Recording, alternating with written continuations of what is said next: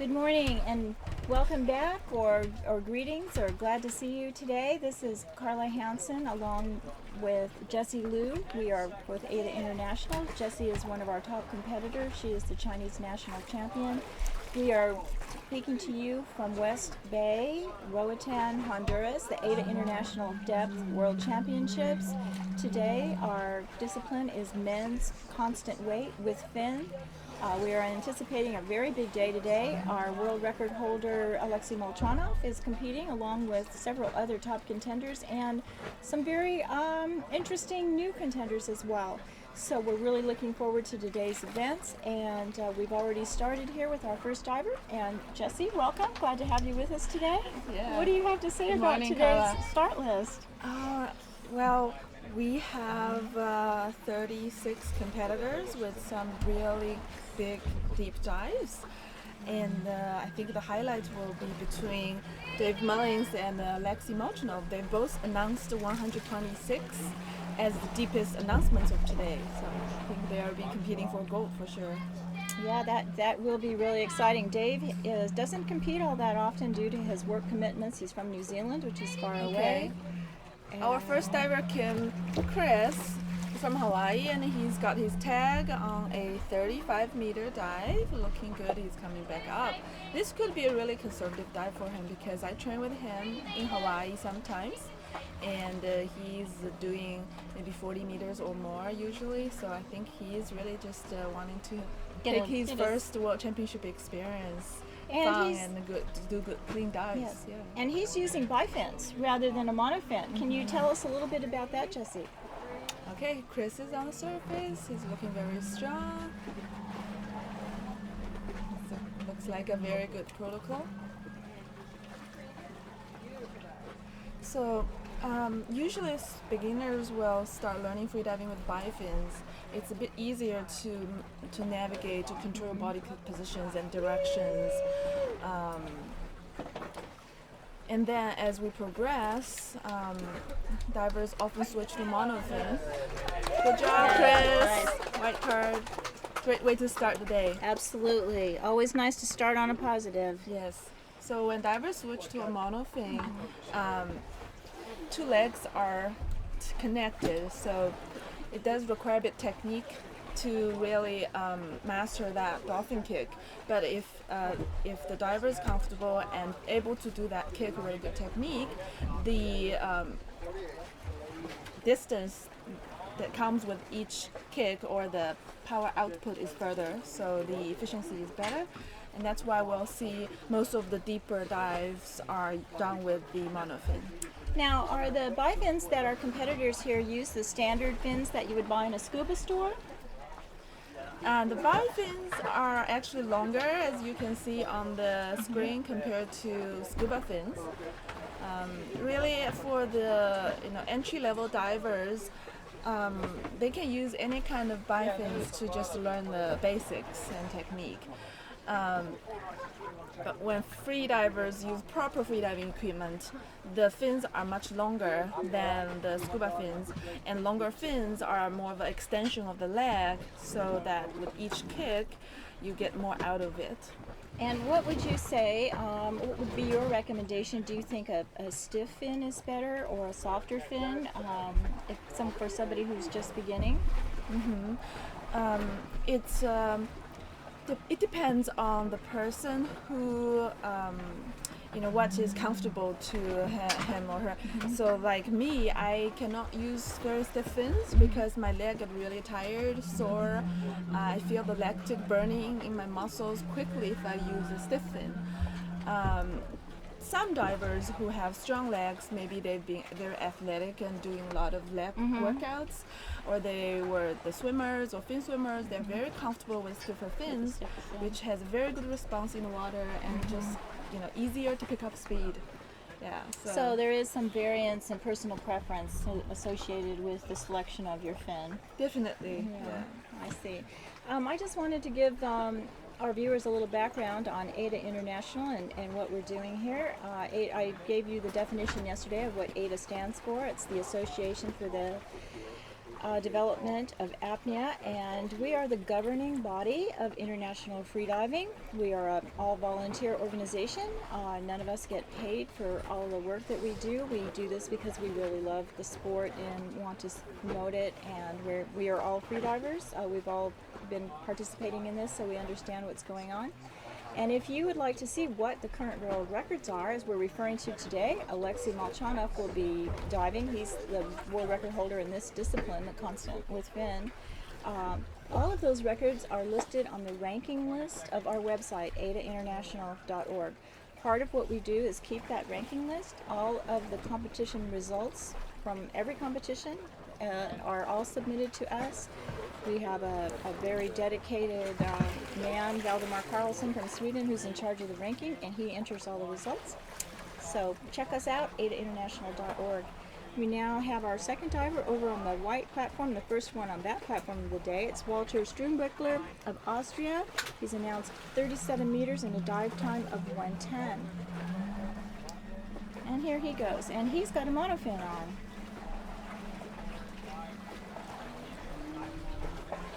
Doing some strong kicks to get past that first phase of freediving where he's positively buoyant, and as he progresses deeper, divers usually soften up their kicks. Oh, looks like he's having a little trouble there. Yeah. Early turn.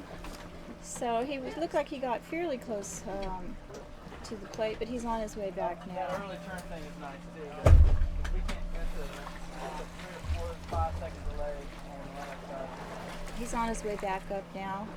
I'm not sure that he's competed a lot before, and he's probably just here to learn and have a great time. Here he is at the surface now. With the early turn, the best card that he can hope to get is a yellow card, which means that there is some sort of a penalty associated with his dive. If one does not complete the dive and go all the way to the platform, to the bottom plate and retrieve a tag, they cannot receive full points. So he's just waiting now. He's got Judge Katya Romanova is on the line there. He's got a yellow card. That's not unexpected in that case. He made an early turn.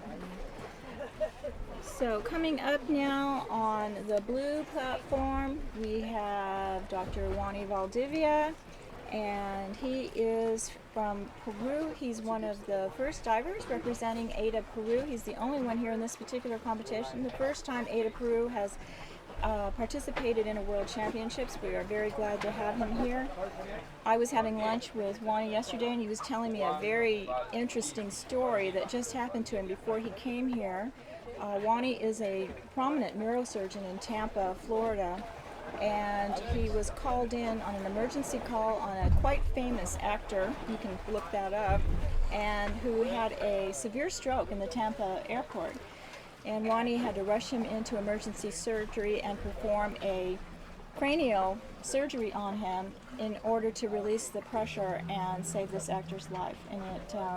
And it worked, and this actor is now recovering. And Wani told me yesterday that after this complicated 4.5-hour, very dangerous surgery, anytime they operate on the brain, of course it is dangerous, that this actor is expected to be able to resume life and enjoy it. So that's amazing, and here he is now competing. So we have some very interesting athletes who lead very complex lives. So it's not maybe what you think that we do have some that live on the beach and train and just are free divers, but we have others like Jesse who are scientists or doctors or IT people or various things that they only do this as a part-time job. So for fun and enjoyment and a hobby. And Wani said it's really helped him just emotionally, learning how to cope with the stress in his life. So Right, it's a lifestyle. Yeah.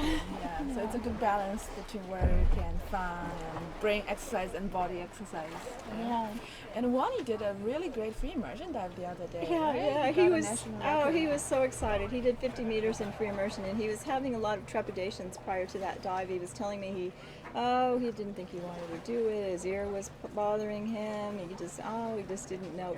It was pre-comp jitters. It really was, and I convinced him to give it a go, and He did, and he was successful, and he was so excited. So he decided to do another dive today. So Yes. we're really glad to see If him. he makes this constant weight dive, 48 meters, it's a new national record as well. It is, So, yeah. So yeah. we're just really pleased for him. He's really just starting his career in free diving. Like I said, he has a very busy life outside of the ocean. So, it's not like he can just pick up whenever he wants to. He does have quite the intense schedule at the hospital. So his specialty really is doing spine and neck surgery.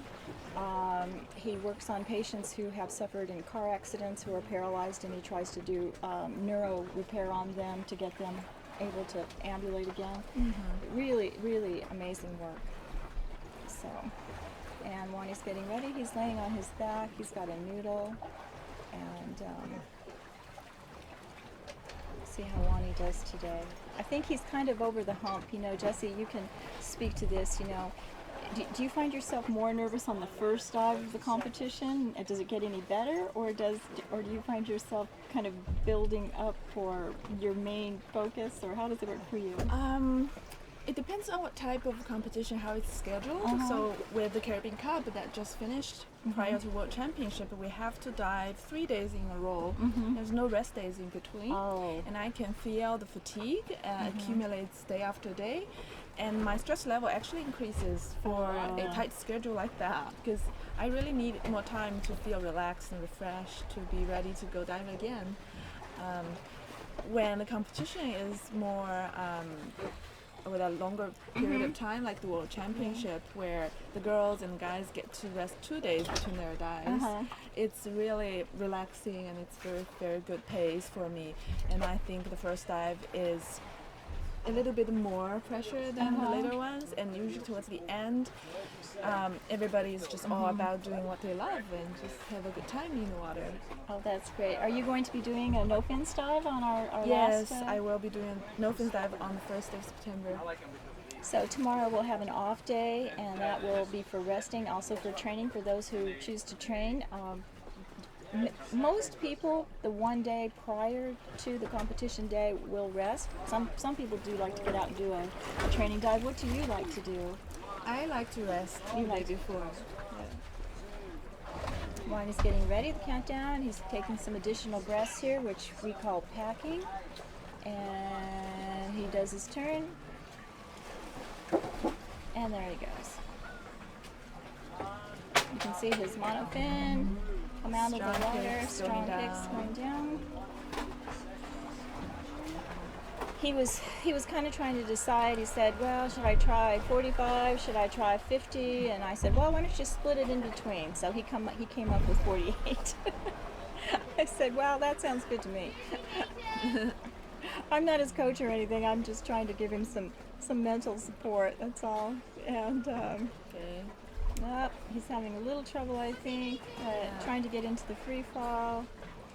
He's almost there, though. He's very close. Coming up on 42 meters, 46. There he is. He's at the plate. Ah, good work. He started his first class with William Trubridge in the Bahamas.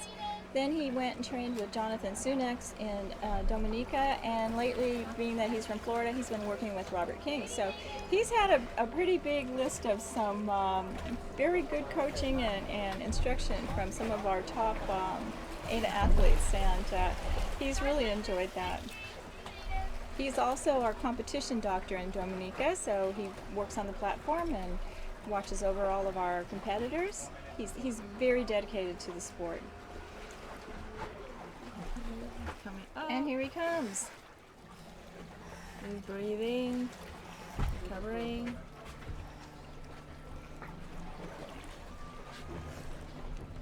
Giving the okay sign. All right, that looks good to me. And he removed the goggles, the nose clip, He's and got then his gave a tag. visual sign and said, "I'm okay." And he has tag. Very good. I don't think he'll be doing no fins. I don't think he's even practiced it at all. So this probably will be his final event of the competition. But he's got 2 white cards. That's lovely. And a national record. First national record of the day. Oh, he will be very, very pleased with that. And we're trying to get a program started in Peru. In December, I went there and judged their first pool competition. It was sponsored by the Peruvian Navy, which is really interesting. They're very supportive of freediving and have really put some effort into trying to get the sport going in Peru. It was really a great competition. They had the whole Navy band there playing the anthems of all the athletes when they came out, and they had everyone all in dress, and it was really beautiful. They had a lovely party, and it was really fun. It was a lot of fun. So they're really trying to get their program going. We've seen a lot of expansion in Central and South America in the last couple of years. The sport is growing exponentially, as it is in China. And maybe, Jesse, you can tell us a little bit about freediving in China. So I live in Hawaii. I didn't even know that we had the freedivers in China in 2014. That's when I took my first freediving course. Then I did my first competition in May of 2015. After my competition came out, and I got a lot of messages from Chinese fellows, and they are all saying like, wow, we heard about you on the news, and we're all freedivers, and we have a club here, and we have AIDA China, and we have a lot of people, and I was so surprised. Since then, freediving has really grown so rapidly in China. The instructors' courses are always filled up, and we have a 15.8 meter aquarium pool. On the weekends, there are 20 to 30 divers every day to learn, and a lot of trips to the Southeast Asia for tropical island deeper dives. And we've had a couple of good national competitions. Last year and this year, One Dive in China organized pool competition in Beijing, and then we are about to have our first national depth championship in Pangalao in September. So the competitive part of freediving is also really growing. That is really exciting. And today on our list we have the Chinese national men's record holder in this particular discipline, constant weight, in Adeline Wang. He's been competing at several competitions, including Vertical Blue, where he established the new record, and we'll be seeing him today. Let's see what time is his start time. He is going at 10:42. 10:42. So I hope you'll stay tuned to see his performance today. He has announced a dive of 105 meters, so that's going to be a big thing for him. Now, over on the white platform, we have our next competitor, who is Mitsuhiro Kojima. Hiro is from Japan. He's announced a 50-meter dive in 2 minutes. He's participated in quite a few competitions. He's really excited about freediving. He's a really fun guy. He always has a smile on his face. And here he goes. And let's see how he does on this dive. He's moving along nicely.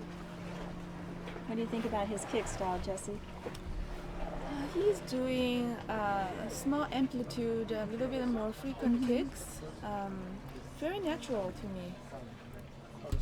Looks like he's trying to get into his free fall here. Yes, good arrow position of his arms. He dropped his arms to enter the free fall to be more relaxed. Coming up on 40 meters now. He's looking solid here. Doesn't look like he's worried about anything. Small Doing kicks little to guide. kicks, yeah. Adjust. How do you steer yourself when you have your fin on, Jesse? I use my fin as well, just to move my body a little bit. This is the discipline that I feel I need a lot of work on, and just practice.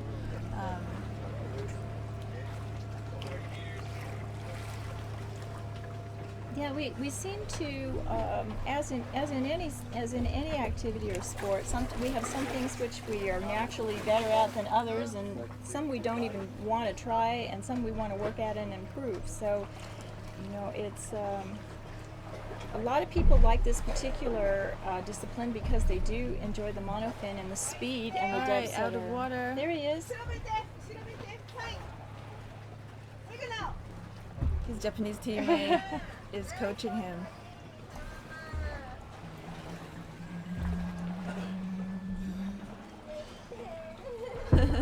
His teammate sounds Yeah. really happy. It's a strong performance. White Good card. job. Very nice. White card from Judge Katerina Romanova. That's very nice. I'm sure he'll be very pleased with that. Just a note on rules regarding judging. You have noticed here that we have judges from all different countries. They are selected by our assembly of national members, and they are voted. And that's who we have as judges here. We have Radek, who's the head judge. He's from Poland. We have Katya, the vice president of the jury. She's from Russia. We have Alexander Rusu, who's Romanian. We have Junko Kitahama from Japan, John Wright from New Zealand, and Saba Sava from Cyprus. According to the rules, we are not allowed to judge a fellow countryman because that would be a conflict of interest. So on this last dive with Hiro, for example, Junko from Japan would not be allowed to judge him. So we make sure that if that judge is from that country, we rotate them off and then move someone else in. So that only takes place in world championships and on world record performances. On national level competitions, you can judge each other, and it's fine. And the reason for that is, let's say that you're having one in China, you don't have to pay to import judges, and it's really a cost factor. So, but when it is a record level, then world record level, then you must have independence. So coming up next, we're going to be on the blue platform. We have another Japanese, Tadahiro Kobayashi. He's announced 55 meters in 1 minute and 40 seconds, and he's preparing now on that line. Let's see. The start time is 9 minutes and 12 at 9:12, and so he's got several minutes here. So Jesse, what's your overall impression of the competition? I like it so much, really. I got to this island end of July. I was really welcomed by the organizer, the safety team, throughout the training session all the way leading up to the competition. We have very easy living on island, which is kind of important outside of the competition, because daily transportation and where to get food, the temperature, everything is very easy. Oh, that's it great. reduces the stress levels for everybody, and the competition site is really easy to get access to. The organizers did a really great job of scheduling and transporting us to the site, that's great. and that eliminates Stress. the stress level as well. And then as you have already seen on the video every day, that we have excellent diving conditions here, right? Yes. Good weather, Warm water. and this is actually the warmest water I've done Ever done. competitive free diving yet at, so I really enjoy it. Yeah, and because of that water temperature, that does create another issue, not issue really, but a question as to what type of suit one might wear. Yes. And so for those of you who are just beginning freediving, if you're in warm water, you can wear a thinner suit just for speed and protection from the elements, sunburn, jellyfish, things like that. But you don't need to wear a thicker suit to protect you from the cold. And so that's a factor that you have to consider. And also when you do your practice dives, you have to wear weight according to how buoyant you are, because the thicker suits become very buoyant. Yeah, so in that way, actually, a thinner suit encourages better performances, because when you're coming up from depth, when the suit is compressed and the suit doesn't have much buoyancy, and you can carry less weight, so it's easier to get back up to the surface. Although for divers who are customized to training in cooler or colder water, they might have a different experience in really warm water, that they feel the physiology might be a little different and it takes some time to get used to. Yeah. Various factors one has to consider when making their choices on equipment. All right, and here goes Tadahiro. He's off on his dive for his dive to 55 meters. Let's see how he does. He's on his way, has a nice line there. Yeah. Nice long look, lean. He's got a nice stretch. It's like he's going at a very good speed. Yes. He's over a meter per second. That indicates good hydrodynamics and efficient kicks. Right? So he's going 1.4, 1.5 meters per second. And now he relaxes, drops his arms.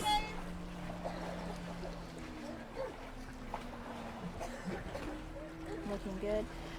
Jesse was mentioning this Roatan and this island in particular, and one of the things we've noticed, which is important to freedivers, is the availability of good What a food. smooth ride.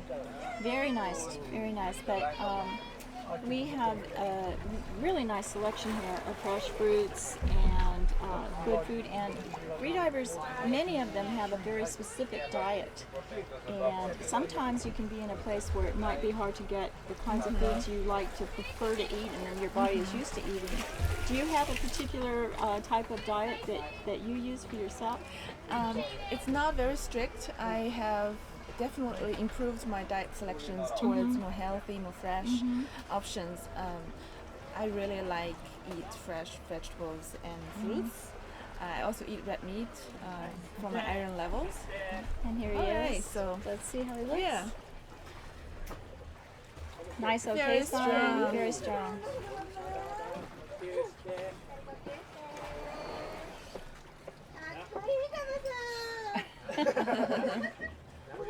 I'm sure that was something nice, but I don't know what it was. That comment from, I think it's Sayuri. The Japanese are very supportive in their team of each other. It's really nice. And that's a white card. good job. Very nice. We're starting off very nicely here. Very good. Yeah. So, yes, I think for a lot of freedivers' diet, we have a number of them who are vegetarians as well, for various reasons. Some for environmental concerns, some spearfish, and maybe like William Trubridge only eats fish that he shoots himself because that way he knows in which way that fish was caught and that it is not an endangered species or been caught in a net where there's been bycatch or something. And but we have a big variation in what people eat, but generally freedivers try to eat very healthy. So it's nice here. They have an abundance of beautiful fruits at our breakfast every morning and things that what we're looking for. Sometimes we go places and it can be a little bit difficult depending on the culture and the location if they can get food. Some of these islands being remote, the only things they can receive are via ship that comes maybe once a week, so it can be a little bit difficult sometimes. Yeah, it's not like a metropolitan city where you have No. a huge selection, No. but it's really good enough for what we needed to do. No, it's certainly, we don't have a Whole Foods here on the island, so for those of you who know about that, no, we do not have that, but we do have some adequate things. It's very and nicely prepared too. So now on the over on the white platform, we have Chris Funada coming up from the U.S. He's announced a 61-meter dive in 2 minutes. Chris is another one of our Hawaii freedivers, Yes. and you dive with him too? I dive with him. Yeah. Yes. Chris has been diving longer than I had, I think. Really? He is a very talented guy in many ways. But also he's very busy, so he doesn't get a lot of time to train in Hawaii. He worked at energy labs, natural energy labs in Hawaii. He worked for the University of Hawaii in research facilities, and he has a very good passion towards diving and just competition in general. And he enjoys it, and he doesn't want to just mindlessly want to go deeper and hit numbers. Yeah, he has a very good spirit. He has a really nice personality. He's always smiling and he seems positive, and he's just enjoyable to be around. And I really like to see him. The first time I met him was last year at the Team World Championships. We sent a team to compete, which was really nice from the U.S. We don't always, depending upon if we can get enough people to go. We don't receive any financial support for our team, so the athletes have to try to gather the money through crowdfunding or from friends and family, and it can be rather expensive. That competition last year was in Kalamata, Greece. It was very nice. Jessie was there representing the Chinese team, but sometimes the finances and things can be difficult in freediving. Here's Chris, he's getting ready. He's got his coach positioning him on the line. A coach is allowed to help the athlete keep their position on the line up to the point where they submerge their airway. Yeah, I think his coach is Annabelle, It is one of our Annabelle. Hawaiian diving legends. Annabelle giving him some physical and emotional support at this moment, I'm sure. It's kind of reassuring to have a teammate there with you. Yeah. In Hawaii, all of the free divers, we are like a big family. So Annabelle organizes us to train together every Sunday morning, and she's one of the leaders. And we have a couple other leaders in Hawaii, like Bill Graham's, Leo and Andy, and everybody get together on Sunday to train in the morning. That's And really there nice. we go, Chris, and we call it the church, you know. Oh, This is that's our your routine every church, week. yeah. That's really nice. Yeah. That's really nice. And it certainly helps to have that camaraderie and group for support, for the emotional, and have other people who do what you love and have them and understand what you do and why you do it, because in any time when you're doing something that's a little bit unusual, and freediving for some is unusual, sometimes people just don't understand why we do this. So it's nice to have some other people that you can have to speak with and spend your time with that have the same passion. Chris is doing a very nice free fall. He's going at good speed. It's got a nice He's position gonna make there. it. Coming up, Thinking. it's almost there. Yes, touchdown. Good job, Chris. Very nice. We have one of our other judges, actually two of them, John Wright and Alexander Rusu, are over on the other side of us over here looking at one of the other monitors. They are watching these dives and looking for any violations that might occur. In this particular discipline, the most frequent one would be a pull or grab violation. You're not allowed to use the rope except within the 2-meter zone of the plate. So they keep an eye on that. If they see anything, we mark it on our paper, and in the afternoon they will review and make sure that all of the judgments are as they should be. Here comes Chris.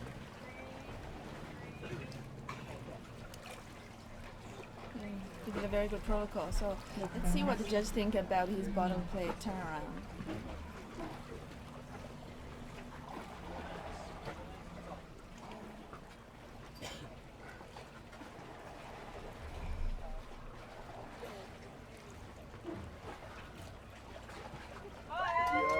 Nice job, Chris. Good job.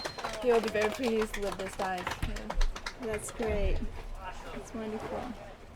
Over on the blue platform now we have Marc-Andre Pichet from Canada. He's announced a 65-meter dive in 2:10. His dive time, he will be starting in 4 minutes. I don't know a whole lot about him, but I'm sure glad that he's here. He's a really friendly guy. We see him around everywhere, and he seems to really be enjoying it. He's had a journalist here with him documenting his journey through this competition, and it's nice to have him representing Canada. It's great. Since we have a minute, I want to explain a little bit about Dive Eye. We've had some questions about it just from how the system works and where it came from and all of this. We have 4 engineers here that run the system. It's quite complicated. If you're here, you can see it. Right now we're on a fairly large flat boat that is a scuba diving boat, and this is where our system is set up. We have these engineers come from Poland, so they had to come all the way. They've been working on the system for several years to get this right. We have Marios, who is the film editor and videographer of the group. We have Victor, who sets up all the cameras.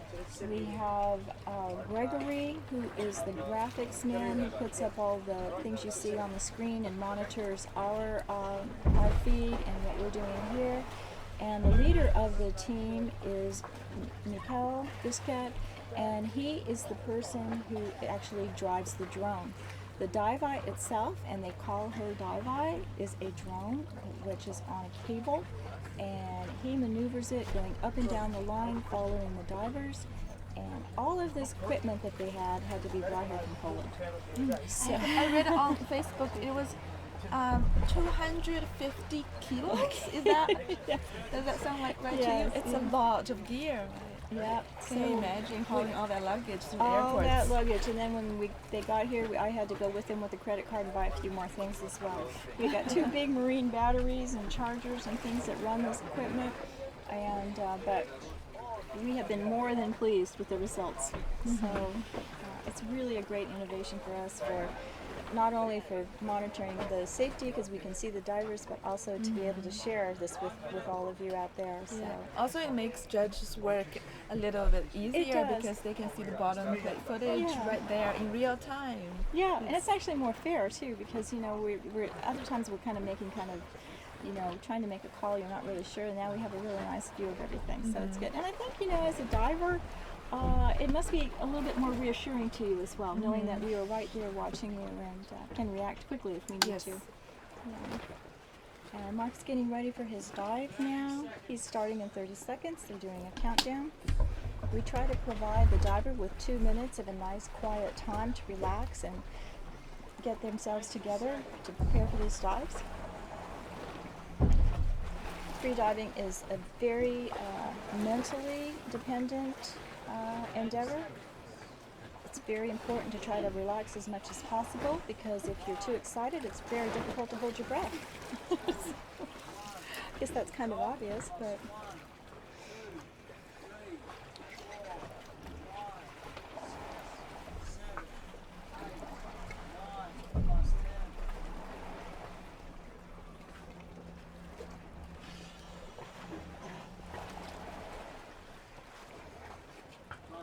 and there he goes. He's required to submerge his airways within 30 seconds of the start time, but he does not actually have to start the descent. So you saw him hesitate there for a minute, and that could be for him just to try to ease his mind, think about what he's doing, and he is not obligated to start right away, but he does have to get the airway in the water prior to the 30-second call. Mark is descending now. How does Some that look? athletes will take a few seconds on the surface just to have a calm, nice, relaxed start rather than rushing into it. I think that's what Mark did. I think so too. It may seem kind of counterintuitive. You think, well, I'm going to do this dive and I got to get it over as quickly as possible because I'm holding my breath, but contrarily, actually, hurrying is not always a good idea. No. And why would you say that, Jesse? Good morning, Anna. Good morning. We have Yeah. Anna von Bodecher joining us now from Germany. Anna's the German champion freediver. Absolutely. Actually, it's Jennifer at the moment. You guys are all really awesome. You're just better at each other. So it's good to have competition. Yeah, it is. It's really each nice. other a little bit. Yeah, Yeah, it's very nice. So we are looking at Mark's dive, and we were talking about why sometimes divers take a few seconds to relax before they do the entry on the surface. I think if we rush into it, and if your entry didn't go well, not as planned, if something didn't feel comfortable, it just starts with a little bit of negative feeling, and that'll affect the whole dive potentially. Absolutely. What do you like to do? at the Actually, entry? once I put my face in the water to start, I also take a minute where I look down the line before I actually do the duck dive and the real start. It's like a couple of Just a seconds maybe, Yep.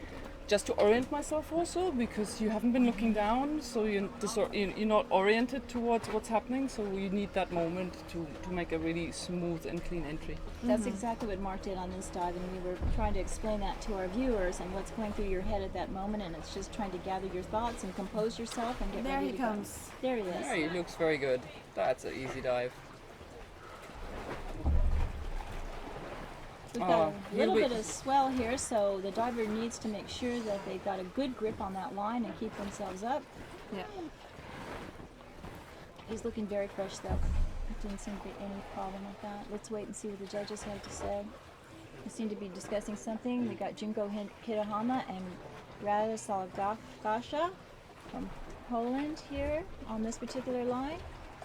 They seem to have a little bit of a question about something. I'm not sure what. From their angle, they may have seen something that we couldn't see from here. Just on my way out, I've met some people who've been viewing the live stream, and they he weren't got a sure yellow who card. are the judges and who are the safeties. So just for everybody, the yellow ones are the judges, and the white ones are the safety divers. And the right ones are media photographers. Yeah. So why did he get a yellow card? What do you think? He must have had a grab at the start or something like Okay. that. Yeah, there is a you have to release the line if your hand is below the water. If it's above the water, it's fine. But if you let go, you're still holding on and it's under the water when you start. That's a grab penalty. That's only 5 points though. So overall, it's you're always a little disappointed that you didn't do things exactly perfectly, but it is not a disaster at all. No. So Carla, if the athlete turns around and then their hand Yeah, it's, pushes the line, like push- if they yeah. didn't position it very well, you push the line on the water and that's a penalty. yeah, that's a penalty.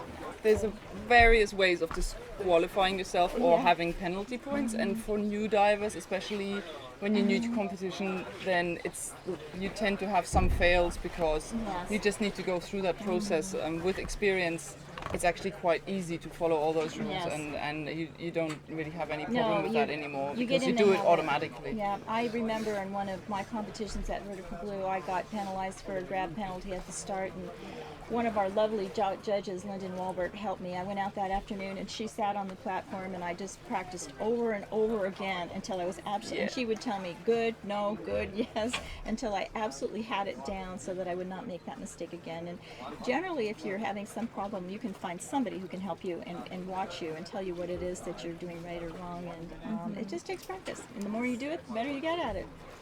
Yeah, that's important for us to actually practice when we train in competition rules if we do want to compete, because it's very unlikely that you're going to do something right in competition that you've been doing wrong in training all the time. So Yes, all of and- us tend to follow the same Yeah. procedure really in our training dives. Yeah, and one thing we haven't mentioned during our discussions here is a really good idea if you're just starting and you want to compete is to set the plate at a very shallow distance and practice picking up that tag Yeah. and do it go down, and because you'll notice some variations in turns. Some people struggle a little bit, others are very smooth, and that's another thing. You don't want to get down there on your first dive and all of a sudden there's the plate and you don't know what to do. So Absolutely. So who's the next Good diver? tip, Carla. We have Carlos Correa from Colombia coming on the white platform. He's about to dive. his favorite discipline is no fins, but he's going to be doing this dive today with fin. He's one of our members of AIDA Colombia. They're getting their group together for full membership. We're looking forward to that.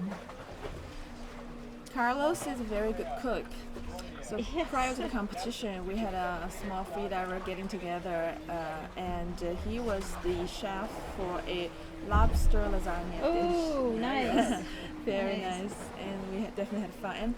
And then we also, enjoying the after training getting together in the freediving community. Everybody kind Yeah. of He started organizing his own depth competition in Santa Marta, Colombia, at his home, and he's had it 2 years in a row, and it's been very successful. He gets big sponsorship from the Coast Guard.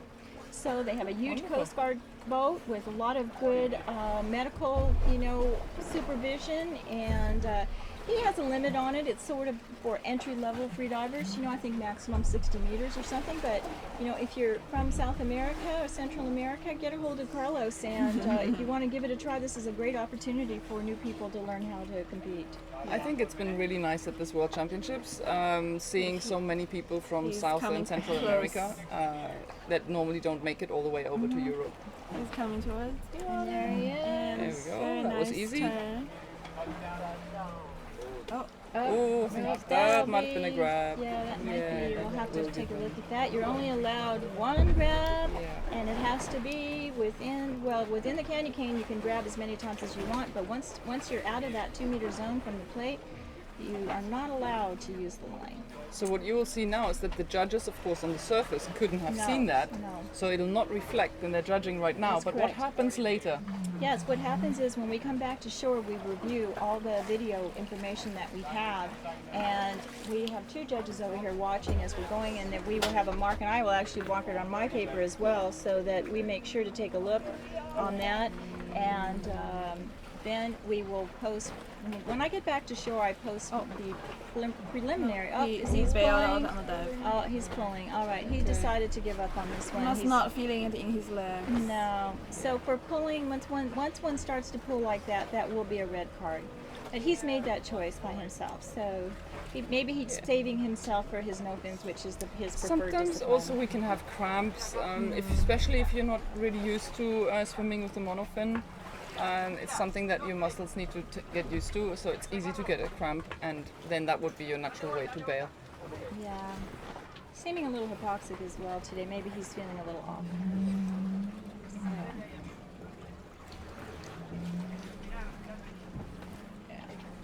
It doesn't really matter at this point, though, whether he does his protocol or not. He might just for his practicing, but he's already disqualified himself.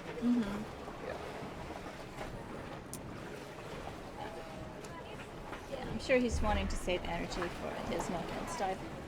So we're now going on to the blue platform. The next diver is from the US, Brian Allemeyer, 68-meter dive.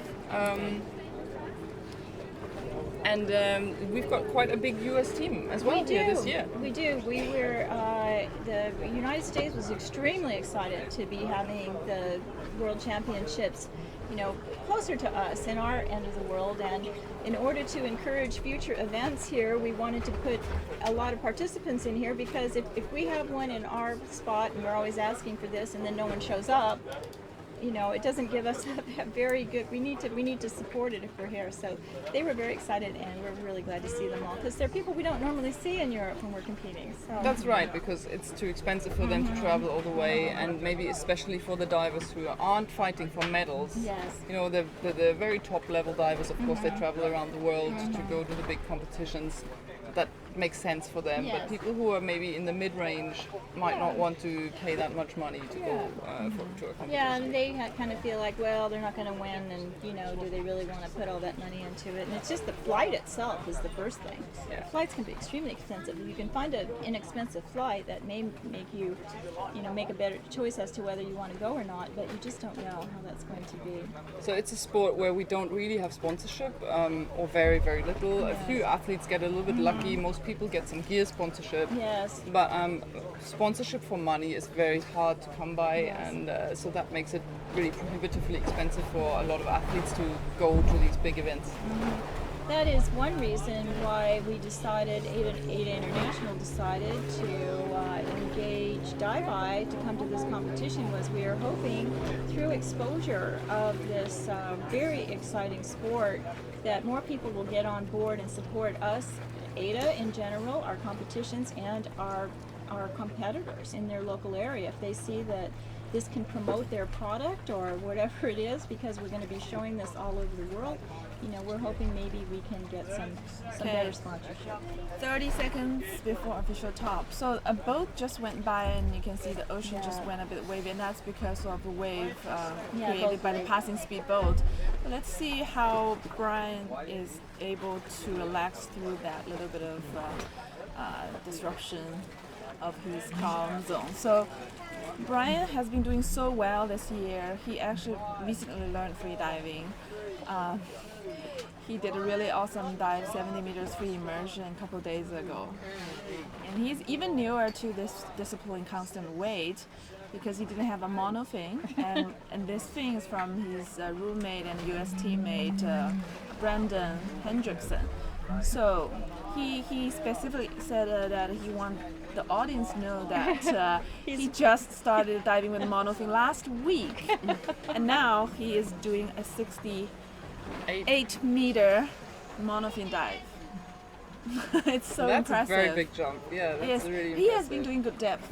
He's been going with bifins to similar depth. It's just the monofins new to him, and he's so natural in the water and relaxed. Look at this, Nice. very nice streamlining position, looking really relaxed.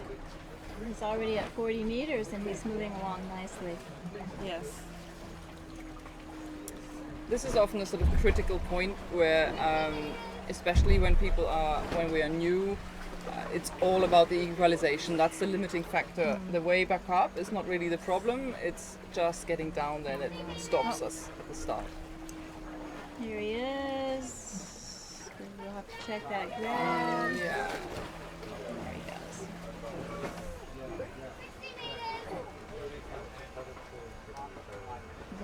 He had a pull a little bit early. Looked like he might have just been outside of the zone. Yeah, so we will mark that on our list, and the judges have already noted that as well. I know it seems like a picky thing, but it is an important rule because you are not allowed to use the rope in this and the no fins discipline. Yeah. He did use his hand to facilitate the last equalization just before he pulled, so it might have been It might have been that. We'll have to. equalization. Yeah, it's a little hard for us to see on our screen here. There's some glare, so we don't want to make wrong assumptions, and we apologize to Ryan if we did. But here he is. I think for no matter what the result is for his first attempt with the modded fin, I think that was very impressive. He's very He's strong. super clean on surface. Yeah.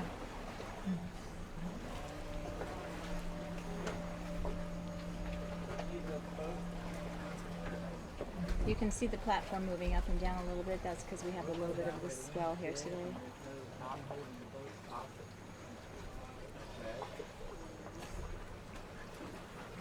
So shows his tag, He so shows that his was tag. easy. And that's a white card.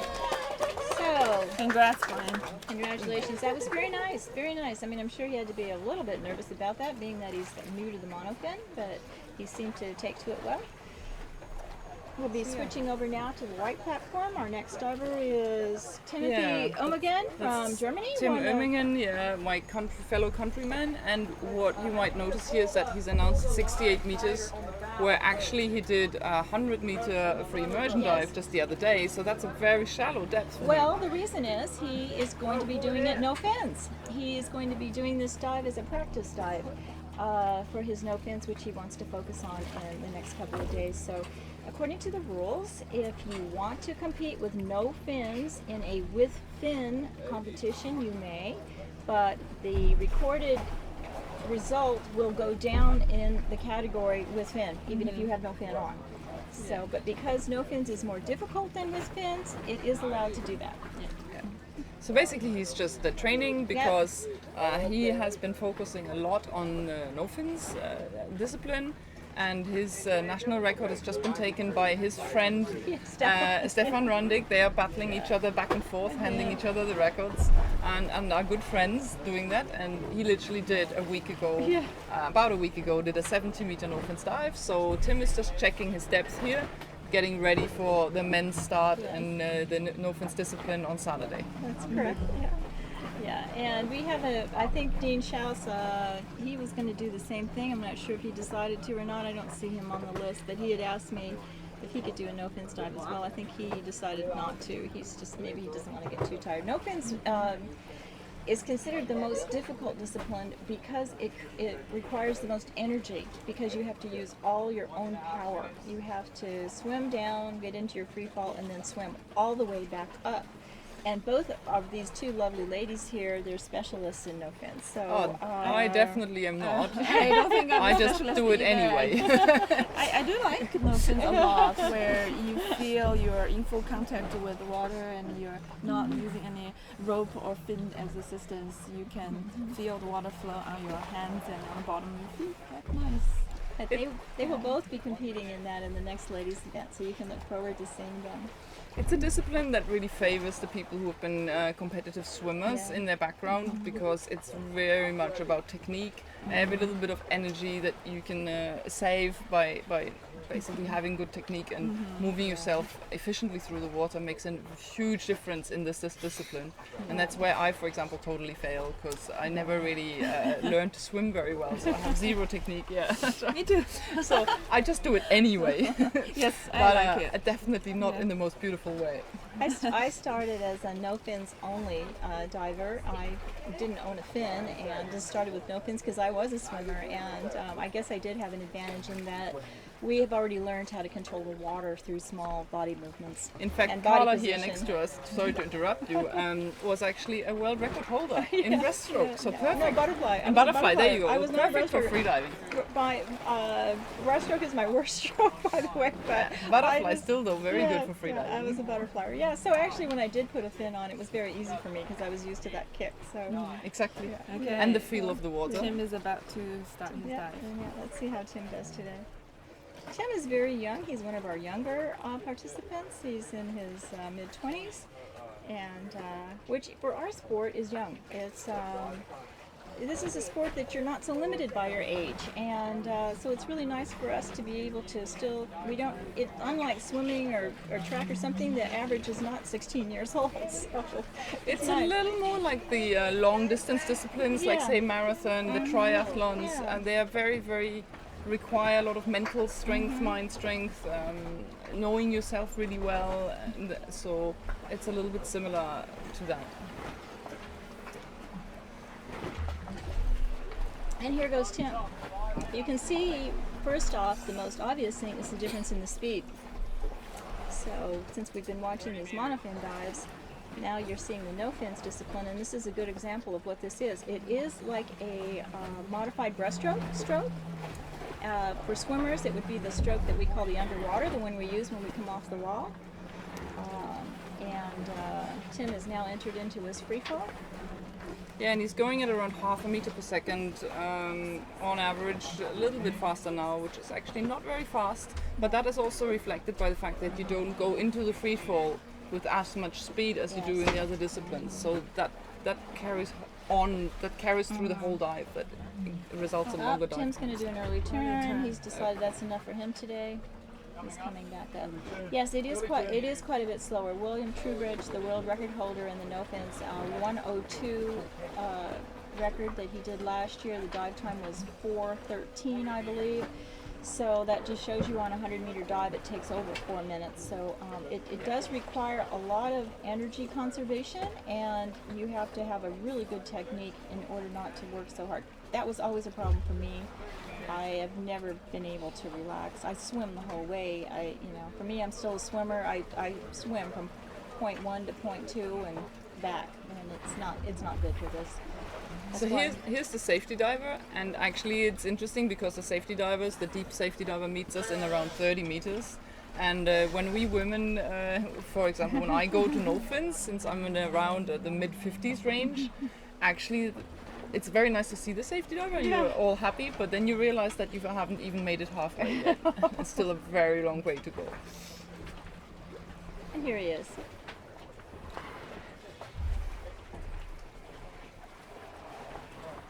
Sometimes the diver, when they're doing a training dive like this, even though it is in competition, they will maybe not bother to do the protocol or not really care because they don't care that this result is recorded. So if you see them maybe not do a protocol, it's only because they're only doing this for training. Yeah, that's a yellow card early turn for Tim on that dive. So we're gonna jump now to some deeper divers, right? We're getting close to the main depth part of the men. Mm-hmm. And you might have noticed that, viewers might have noticed that we are sort of have like a pyramid. We're going from shallow to very deep, and then after the very deep divers, we're going back down to shallow. So why is that? Well, that is a safety consideration because when we start in the morning, we like to see our safety divers get warmed up and not have to dive as deep on the first dives. They won't dive as deep, let's say in order to safety on a 40-meter dive as they would on a 100-meter dive. And so we want them to be nice and warmed up, but we also don't want them to be at the end of the day where they've gotten tired after going up and down for a couple of hours. So it just seems like safety reasons it's best to put those deepest dives right in the middle. So you will often see variations in that. Sometimes it reflects the conditions that you have, the Yes. local conditions. Yes. So you might have places where you will get thermic winds pick up In the at around afternoon. 11 or lunchtime, and it gets rougher. So you may have the deeper divers earlier in the morning, just to be safer on the very, very deep dives. Yes. And so we tend to have various arrangements of We the do. start list according to conditions and safety Yes. team And there is so not on. there is not a rule that says we have to do it a certain way. We try to do it the way that seems like it's best for that particular location. And for this one, with what we have here, we're going to have this swell. There's no idea whether it's going to get worse or better or anything, so we're just doing it in consideration of the energy level of the safeties. Okay, next diver is also a Hawaiian diver, Daniel Koval. Dan is doing a 93-meter constant weight dive. This should be energy-wise, should be a very conservative dive for him. He has done 100-meter in training in Hawaii this year. He performs really consistently in training dives. Sometimes he get a little nervous in competitions and get caught up on equalization at depth. So I think if he gets to the bottom plate, I don't think there would be any problem for him to come back to the surface with his fin, because he is really good with monofin. Yes, there's certainly an element of competing in the World Championships, which can be a little nerve-wracking for people who have not competed a lot. It's just the idea of it, and we've got Dive here, you're being presented to the world, and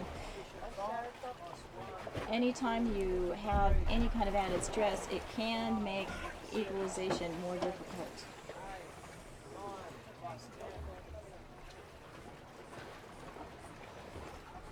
Taking his final breath, cutting it quite close. He's announced a dive time of 2 minutes 40, and you'll see that also that's reflected in the depth, because the last time on that line, Brian Allemeyer had announced 1 minute 50. So, we're almost a minute longer, because now we're starting to get into the really deep range for the men. And also there is a variation in the speed in which the diver chooses to go. We have some divers who are very fast and others who are quite slow. We'll have Stefan Tarot coming up soon here, and he's a very fast diver. And you'll watch him, he will kick all the way down to the plate. So It's like Speedy Gonzalez, he he is. sprints down and up. He does. He's very, very fast. It's hard for the safety divers to Very keep up hard. with him, actually. Yes, he's very, very fast. And when he doesn't go fast, he did some experimenting at Vertical Blue. Things don't go well for him, so he chooses to move fast. That's his style. So let's look at Dan's dive. He's doing a nice relaxed free fall at 60 now. Still 33 to go. So At this point, what Anna and Jesse, what would you be thinking about, or trying not to think, or what's going on right now while you're just falling here waiting? I would be paying attention to equalization. Oh, and he has an early turn. Oh, unfortunate. Oh, that's quite a lot of Equalization. meters off. Yeah, so that's exactly what we were just saying. Jesse was saying it's all about equalizing at that moment. So I would just try to think only about that, because that is the factor that will fail your dive if you mess it up at this point.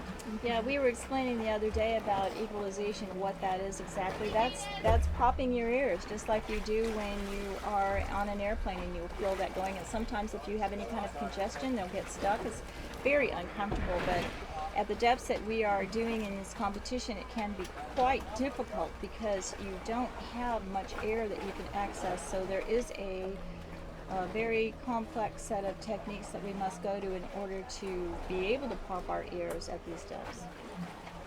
Yeah, he'll be disappointed about that. That's really frustrating, especially if you've been doing 100-meter dives in training. To come up this short is always really annoying for us in competition. It happens. Yeah, it does. It does happen. It happens to even the best divers. The one ear will get stuck or something, and it can be anything: allergies, nerves, sinus problems. There's a lot of reasons that it can happen. Yeah, still really beautiful dive to watch, Dan. Yeah, it looked nice until he turned. It was looking great. Absolutely, he was looking really good.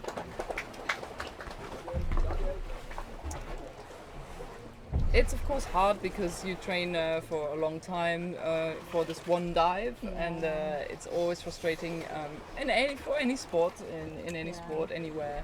Frustrating not to be able to show yourself at your best. That's one thing that is more difficult in the World Championships. In this particular one, you only get one dive. You get one shot at it. So that also makes you more nervous too, knowing I've only got this one chance. In some of our other competitions, you may have several chances. So if you miss one, you can try again.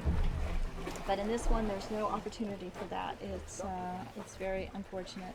So it's just the way this is set up. But next, over on the white platform, we have another Hawaii diver, Yes, Kurt another one. Chambers. Yes, he is the current U.S. men's record holder in this discipline at 100 meters, I believe, or 101.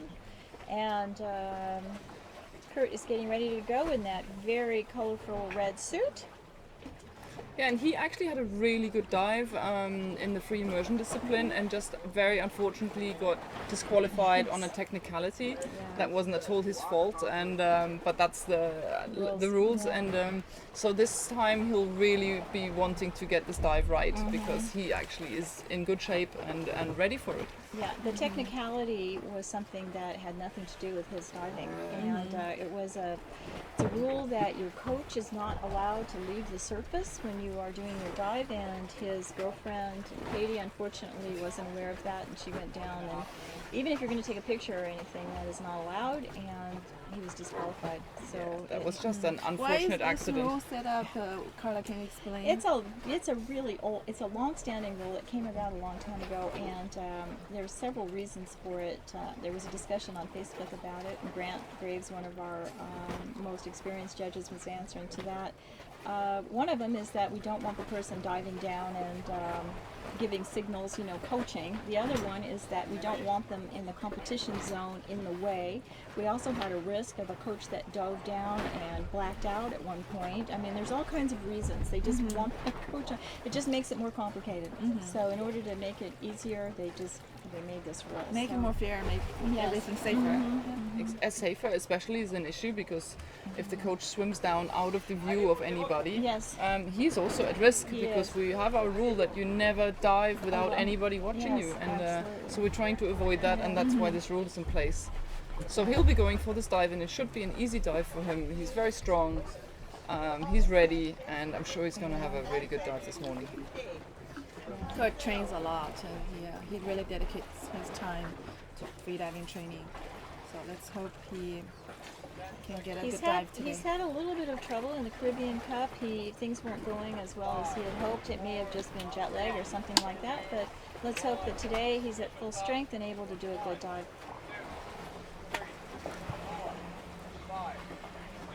He's wearing a bright red suit from a fairly new for us manufacturer called Men, Oh. and that's really nice for us to see more wetsuit manufacturers coming in and providing us with freediving equipment to choose from around the world. Yeah, we were commenting yesterday when Alexei had joined us. He has been making a lot of new products, and as a world record holder, he has a pretty good vision of what he thinks is good equipment, and he has just gotten into the wetsuit business. So it'll be interesting to see what he comes out with. Katja's had some influence in him, and she's more concerned about how they look rather than the function, but we should have some nice options coming from Alexei too. I really like how fluid his kicks have been coming down. he looks really like a natural. You can tell he's from Hawaii, he spends his life in the water, and that's very obvious on these divers. It's like they're diving with the sea rather than fighting against it. And they have really nice warm water there too, and a lot of beautiful wildlife, and he's quite the photographer with dolphins, whales, other divers, and I know when you train you often hear whales, and they're beautiful. And the best diving is on the big island of Hawaii, on the Kona side, where all of these Hawaiian freedivers, including myself, live and train. We do have very good animal encounters there. Only got 10 meters left to go, so soon he'll be ready for his turn. Now you can see that he's starting there to. he is. Oh, that Whoop, surprised him. So But that was he's clearly easy. within the candy cane. You could see it very clearly there when he grabbed it. And now he's settled back into the relaxed kicking. maybe his alarm didn't go off and seemed to be surprised when he came to the plate. He was feeling so good he thought he had more to go. So we do have these gauges that you can see. I have a whole bunch on my arm here. These are a couple of extra official gauges, my own gauge, and we set them so that we know when we're getting near to the plate. It makes a little dinging noise, but sometimes you don't hear it. You know, and that's why some divers like to keep a gauge up in their hood, right next to their ear, so they don't miss it. And when the battery of a dive computer is low, sometimes the alarm can malfunction. Yeah, And that's not good. very, unfortunate. Yeah, that can really make a mess of your dive. And we do use these alarm triggers to help us during certain stages of the dive, especially to get ready for the turn at the bottom. So safety divers are there. He's not got far to go. This looks like a very easy dive It looks for him. very nice, very nice. It's got a nice kick style here. Safeties are keeping a very close eye on him, Okay. as they always do. About to surface, let's see what happens. And there he is. Most important thing is to get in those recovery breaths right at the beginning. Oh, he forgot his nose clip.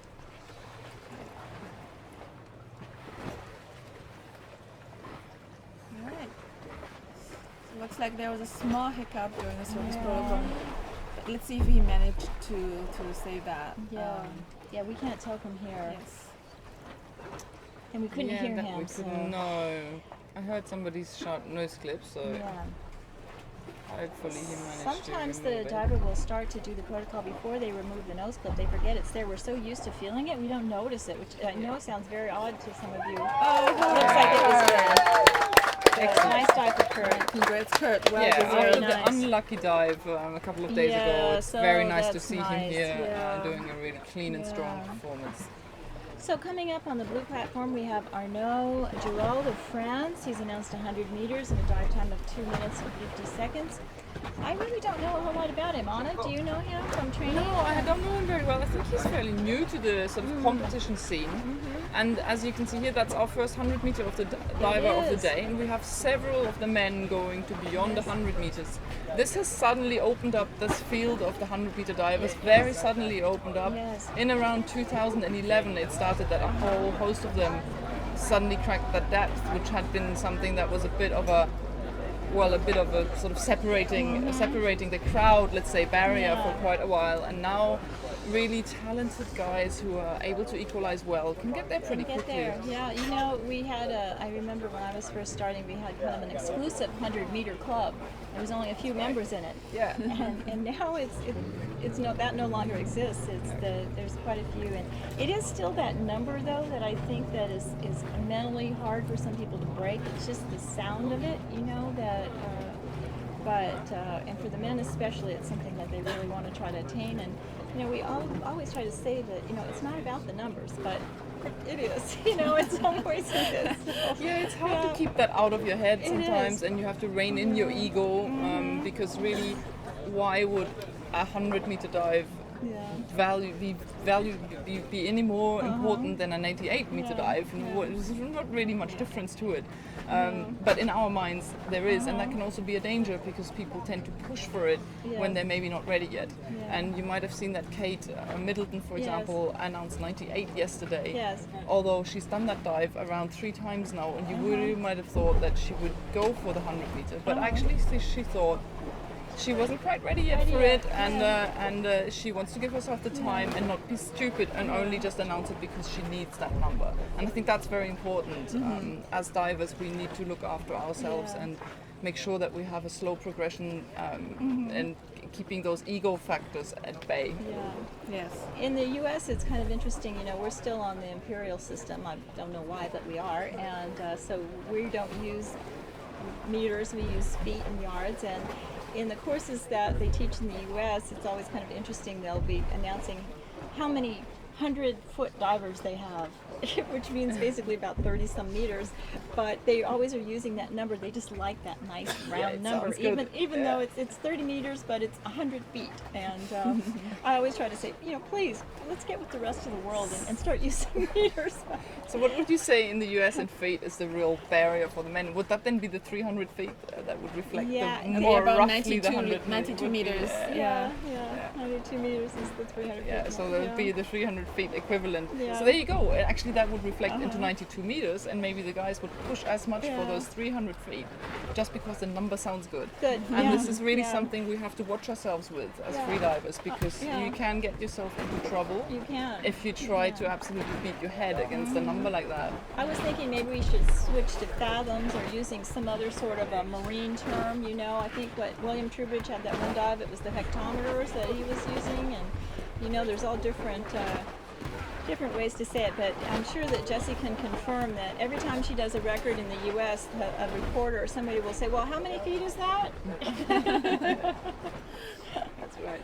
So we've just been hit by quite some big waves, and it makes things a little bit difficult for the diver on the surface who's trying to breathe up. It does. Sometimes it can even be that bad that you are actually being submerged in Yes. between breaths or during your breath, and you really have to Swallowing time your breath to the waves, and that's tricky, especially on your final breath, which is longer than the waves are. So I've had it that I've had to hold my breath, take half of the final breath, hold my breath, take the rest of the final breath, hold my breath, pack a bit, hold my breath, because you're constantly just being submerged. So all these things are things you have to deal with in a World Championship. You have no choice.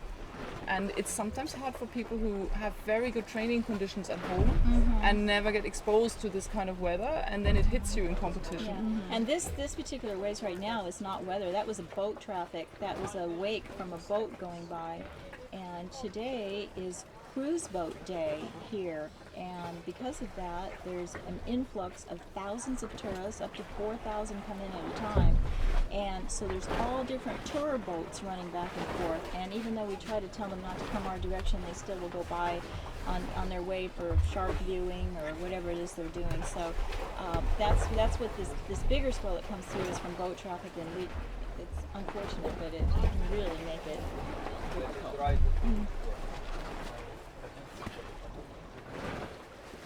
So we're waiting now for Arnaud to go. Johnny Sunex is sliding in here with us. I'm going to move over and let Johnny sit down, and he can make some comments on the men, since he is familiar with their dive technique and style. And Johnny, welcome. Good morning. Thank you, Carla. Good morning, everyone. Tuning in from back home. Morning, Anna. Morning, Jessie. Good morning, Johnny.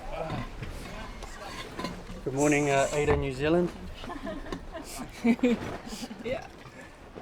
Cool. So, how far out are we from?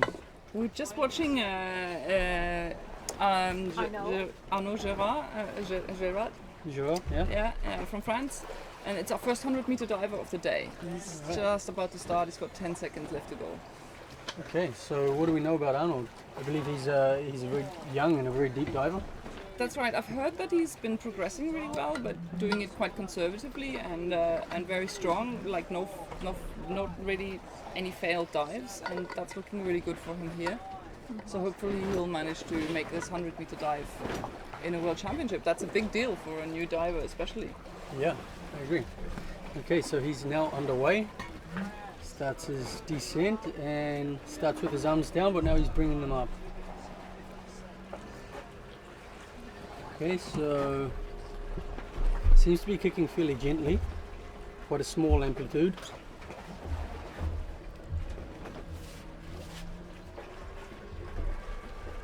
Spinning down past 30 meters, and he brings his arms down and he's settling into his free fall. So by 35 meters, I think we'll see the majority of the athletes starting their free fall. Yeah, roughly around there, right? With some exceptions, like Stefan, who likes to swim all the way to the bottom, but usually around 30. Most Yeah, people. Exactly. So a general rule of thumb for those of you at home, most athletes will start their free fall about 1/3 of the way into their dive.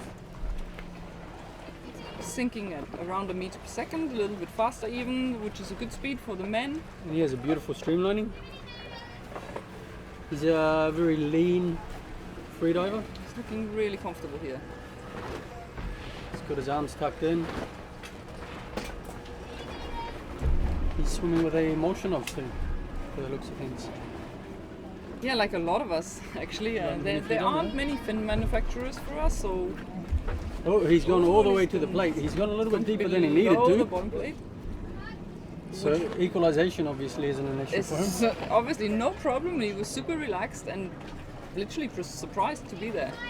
Yeah, so he started with his arms down and now bringing them up, and now he's into a more streamlined position. This is looking like a very easy dive for him. I saw a dive of his on the dive eye from the Nice Abyss competition, Oh yeah, where he that's did right. 95 meters. So So, he'll be This is now going good. familiar with diving with the dive eye. yeah, which is also something we have to get used to a little bit. Just to have something down there that you see traveling with you all the way. It's quite strange, especially on the way down. Yeah, from what was quite a private and intimate moment, and now it's shared with the world. Yeah. So. Okay, so diver inside already at 45 meters, so it must be incredible viz again today. Coming up past 40, looking strong, continuing the same rhythm. He's down with the first safety who's got the scooter. That's the deepest safety diver, and then the next one is meeting us at 30. The first one who's without scooter. Okay, he's now with 3 safety divers. Okay, they're following up fairly comfortably. He's not going too fast. Just at a nice, steady, comfortable speed. Now approaching 3 minutes, and he's up above 10 meters. This is the moment where we really get ready already in our minds for the surface protocol. He breaks the surface. He looks good.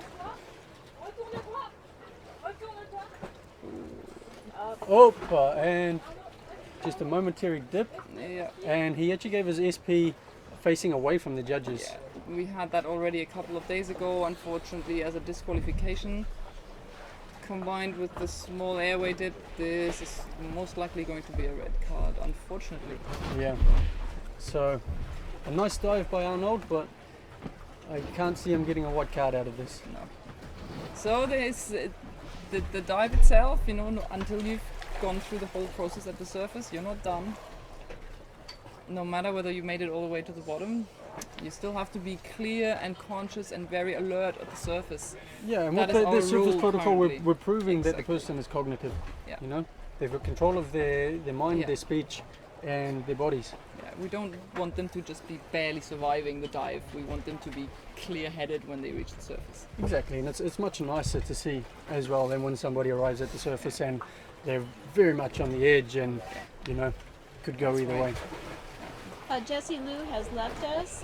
She decided to take a little dip in the water. I will say it's more pleasant being in the water. It's quite warm out here. It And is quite warm and it's a Yeah. little bit lumpy today. Yep, so she decided to get in the water, and so I'm back here for a few minutes. We've got Timmy from Germany on deck here. Timmy, tell us a little about what we were doing today.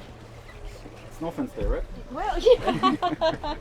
I was explaining to them the rule regarding that on how a person can do a no-fins dive on a constant weight dive and as in your case, do a training dive, practice dive, or whatever it is they want to Exactly. do. So. I mean, it's the best conditions, right? It's you have a competition, you have World Championship, and then you're trying safety. something. So Yeah. you go for something, and it was a reference dive for the Northern State, basically. So How just did it go? wanted to see. Was it good? No, No? Yeah, we were watching him do a little early turn. Other than that, it looked easy and relaxed. yeah, it was the same like yesterday in training. I didn't feel so good mentally. Like still, I think I digest the blackout on the first day a little bit. So it's it's something I still need to figure out a little bit. So, but it's good to do this, and now I have 2 days off, and then I will do the Northins. So yeah. Coming up on the white platform now, we have Stéphane Thureau from France. He's announced 101 meters and a dive time of 2:20.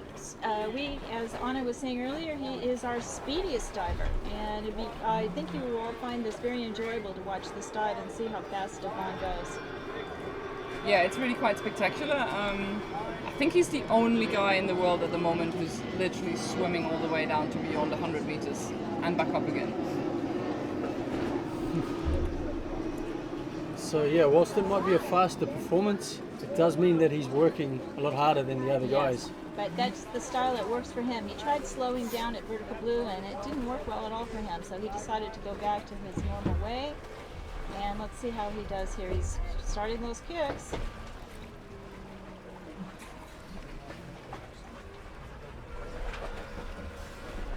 Okay, so the diver is going to have to be, the drivers are going to be on their toes to keep up with him today. Yeah, Michael will be moving quickly here, keeping dive eye up with Stefan. Look at that lovely line. Yeah, it's a beautiful technique Isn't he that has. beautiful? You see very Remy little Kummer. movement from the upper Look at that, and body. he's going at 1 point, he's 2 meters a second almost, which is extremely fast compared to where most people would be now in their free fall going at around 1 meter a second. In French, we call him Stéphane the Torpedo. We have Remy de Bern joining us now. He's here coaching the French team. He's one of our top competitors. Nice to see you, Remy. And see Timmy move over just a tad. Let's see if we can get Remy in the picture. We always enjoy watching Stefan. He's a very dynamic athlete and constantly. Okay, he's already at the bottom. Hello, everybody. 1 minute and 10 seconds. Fairly smooth with the placing of the tag, and now he starts his ascent. Maybe I can comment in French while you do in English. Please. Sure, please do. Donc Stéphane, apnéiste super rapide, le plus rapide de l'équipe de France, qui vient donc d'atteindre sa profondeur cible et qui maintenant remonte à en général 1 mètre, 1 mètre et demi par seconde contre 1 mètre ou un peu moins pour la plupart des monopalmistes. Stéphane, 31 ans, en multiples sélections équipe de France depuis des années. Très belle technique. C'est une profondeur qu'il a répétée de nombreuses fois ici à Kalamata. Avec succès pour s'acclimater. Donc une annonce très conservatrice en embuscade pour le podium. Please feel free to comment in English. Alright, he's now with safety. He's up above 15 meters, still looking strong. He's going to start to allow positive buoyancy take effect. Voilà, il ralentit maintenant pour économiser ses efforts alors que la flottabilité, He's allowing himself to float il est up. encore très frais, on vient de voir au mouvement de sa main, qui reste puissant et précis. Marion Chavannes également de l'équipe de France, le coach, à la sortie pour l'aider. Oh, il a l'air frais, il a l'air très bien. Oh, ça c'est propre, bravo Stéphane. Allez, on continue de respirer, l'hypoxie peut encore frapper maintenant. Voilà, super, c'était une magnifique plongée tout en maîtrise. Yeah, looking really strong there on the surface. Very nice protocol. No doubt about that. Il attend son carton qui devrait être blanc. Les juges se concertent. Ah, il n'a pas pris le tag. Oh, No tag. lost the tag. Oh. No tag. Okay, guys, I'm going to excuse Il dit myself. qu'il a vu les tags mais il n'a pas pris le temps de les prendre. All right, good. C'est donc un carton jaune et probablement... How much is the penalty for the tag? 1 point? 1 point. Donc c'est 1 point de moins. Pour une plongée à 101 mètres, il devrait remporter 100 points. No, and that's a very small thing. The most important thing is to get up to the surface and Yeah. do that protocol. 1 point, overall isn't going to make a lot of difference. Tiny difference. I'm not sure, did he lost the tag on the way? Or He said he saw it floating. I think he didn't away, took it. So. It's been too much of a rocket. He saw them but no time to catch them. Okay, maybe. Yeah. It was a beautiful dive, though, nonetheless. It was very, very pretty. And that, to me, is a successful dive, tag or no. Yeah, that's a fantastic dive. Having the tag is really very important if you're, for example, going for a national record, Yes. because then it must be a white It card is for it to be required. valid. Anything else, you count the points and you will make your mark in the final result list of the World Championships regardless. We've also sometimes seen dives where divers unconscious they didn't take the tag because they just didn't want to spend more time and they came up and instead took the points. Yeah, so who do we have now, Anna, on the blue platform? So now we're gonna have Morgan actually. So Yeah. it's Good, we'll back-to-back French guys. So Remy, if So you we'll would have continue, Remy, please, and give us French commentary, Sure. it would be much appreciated. And tell us a little bit about Morgan. He's one of your longest members of the French team. Yeah, sure. Morgan is one of the freedivers I've been freediving with since I started competition. So it's back in 2011 when I was safety freediver for the World Championships. Morgan is 39 years old, So he announced it was his last World Championship this year. Oh, no, that's Yeah. disappointing. Yeah, Maybe we can convince him otherwise. yeah, you can try. Morgan, his key discipline for this championship will be constant weight, no fin. But he trained also for the fin, so this is why his maximum is at 106 meters, I think, something like that. So he's been quite conservative also with his announce. He's an absolutely elegant diver. That's Yeah. how I would describe him. Yeah. Elegant. We call him Mr. Perfect when he's Yeah. at Vertical Blue. That's back from 2012. Yes, yes. We had Mr. Perfect, Mr. Smooth, and Mr. Dreamy. Who was Mr. Dreamy? It was me. Because I was struggling with narcosis at the surface. Yeah, he has a very sharp, precise, and powerful technique in constant weight, no fin, but also in constant weight, of course. No fin, he can dive to 90 meters, so 101 with a fin. Let's see, but should be a very controlled dive. You know his PB in constant weight? In constant weight, it's 105 or 6, I don't remember. So he will be interesting to watch, especially on the final day here at the World Championships, which is Saturday. That's the no fins day for the men, and that's always one of the most exciting days actually. And there Yeah. we will really, you'll be able to appreciate Morgan as one of the people with the best technique in this discipline, Yeah. and really spectacular to watch actually. Yeah, and with no fin, anything can happen. Anything can happen, as it This- has in the last World Championships. The two top favorites, William Trubridge and Alexei Molchanov, and Morgan, actually both failed their dives, which Yeah. allowed Alexei to be the winner, which was a complete surprise. So Yeah. one never knows. Yeah, because you have so few margin left because you're only working with your tiny muscles. Well, not as tiny for everybody, but still tiny compared to a fin. So as soon as there's the slightest current or like unfavorable conditions, then we start seeing athletes in difficulty. So anything can happen with this discipline. But anyway, today is the constant weight with fins day. So for now, Morgan is laying on his back.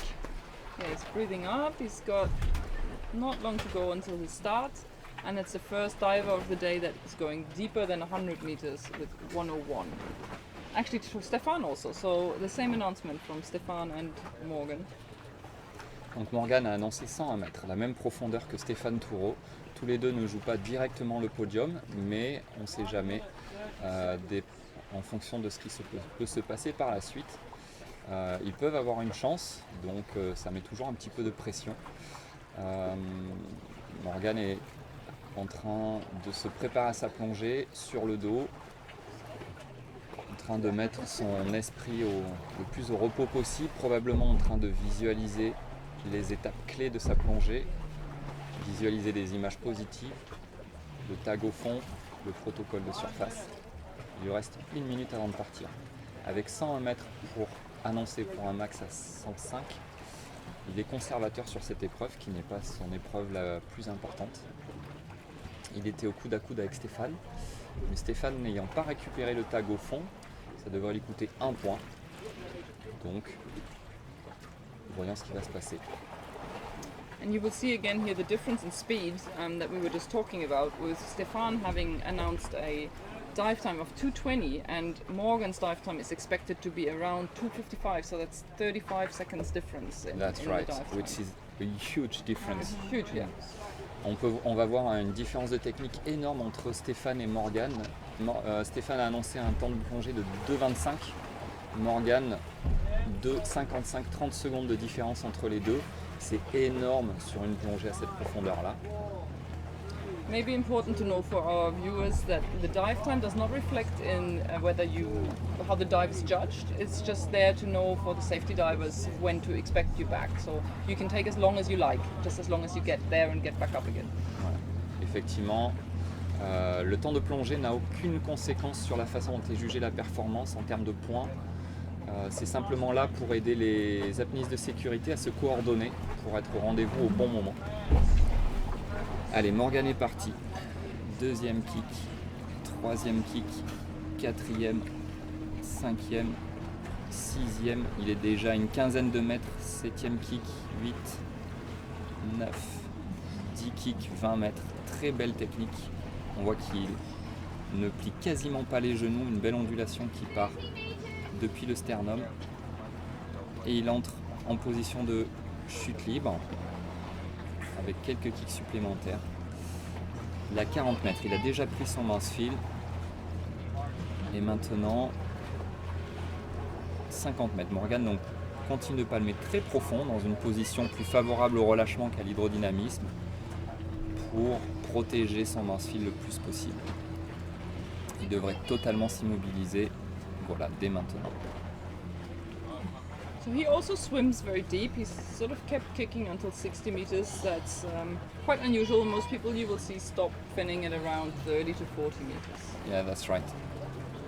Effectivement, il a continué de palmer jusque très très profond. La plupart des apnéistes s'arrêtent de palmer entre 30 et 40 mètres. Il a palmé jusqu'à 60 mètres, favorisant donc la vitesse de plongée, même si pour autant il reste quand même beaucoup plus lent que Stéphane, qui est vraiment un phénomène sur ce point-là. 100 mètres. And he's at the plate. That was Il est very arrivé au easy fond. on the equalization. C'est vraiment une bonne nouvelle pour Morgan qui, sur ses précédentes plongées, avait eu quelques difficultés avec la compensation. It's very good that he didn't get irritated by the banana boat.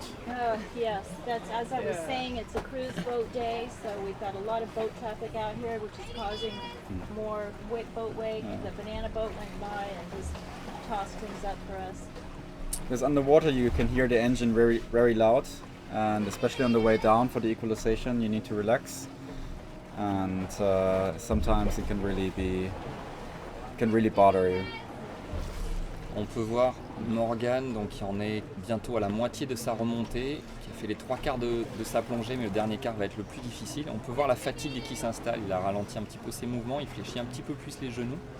Et ça, c'est juste une fatigue musculaire. Au niveau hypoxique, on a tout à fait confiance sur le niveau oxygène, sur le fait que Morgan arrive à compléter cette plongée avec facilité.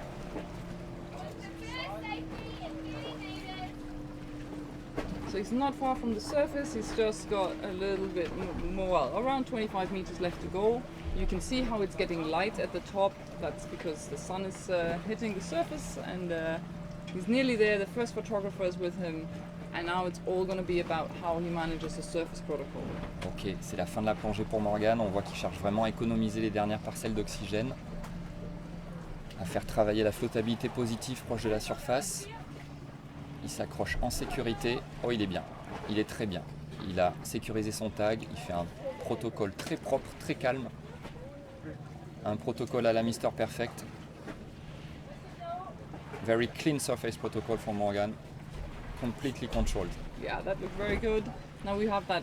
It was very fast, so now we have a few seconds to wait. It's always a little bit tense. Bravo Morgan. Super. Very strong dive. And again, Monsieur Perfect. Yes, Mr. Perfect really deserves this. Well, that was the deepest Nickname. successful dive of the day so far. It was really, really nice. Timmy, will you move that? We're gonna have Stefan join us. So Timmy. That was a beautiful dive. Really nice dive. Yeah, Fantastic. and that's great. Stéphane, si tu veux, tu peux venir Yeah, I'm gonna- t'asseoir we're à gonna côté have de moi Stefan- pour, we're gonna have pour Stefan commenter ta come plongée. now, and he can, and also Remy, maybe you can ask him some questions in French for our Yeah, French sure. viewers. You interview Stefan. Yeah, you interview. It'd be nice for our French viewers too. For those of Nous you attendons who que are Stéphane nous rejoigne devant la wondering caméra about our- et puis on va lui demander de commenter sa plongée.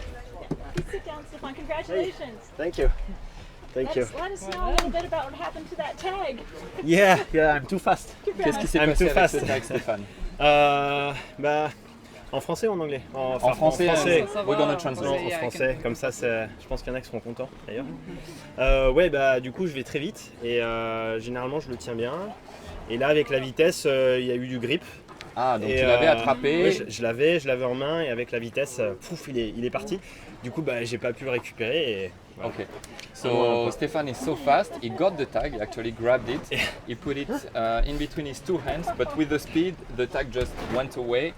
And guess why? He didn't feel comfortable stopping and trying to catch it back before coming up to the surface. You wouldn't want to break the rhythm of the dive in that way, No. especially for just one point. Yeah, It's sure. not really worth it. Excuse me just a minute. We have Extreme Sports Channel now joining us. We're live streaming and we'd like to tell you what we're doing here. This is the AIDA International Depth World Championships coming to you live from Roatan, Honduras. Today's event is men's constant weight. This is the deepest of the disciplines we have in this competition. It's men diving with a fin. Our maximum depth today will be 126 meters, attempted by 2 different men.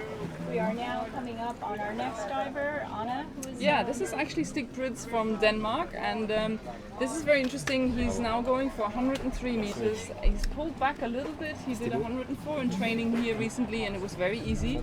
But that 1 meter difference that you make it easier for yourself mentally can actually help you. So he had an early turn in free immersion day, which he was very frustrated about. So he's just given himself that little bit of room for his mind, and we're really rooting for him. He's my housemate.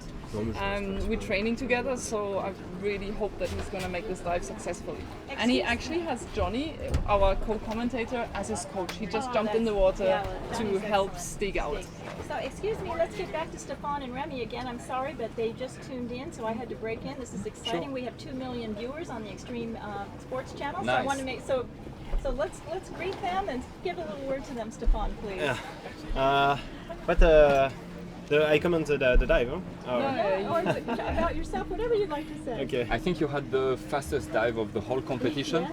And probably one of the fastest dives in the world. I don't know, Carla, your so, yeah. history of freediving. Yes.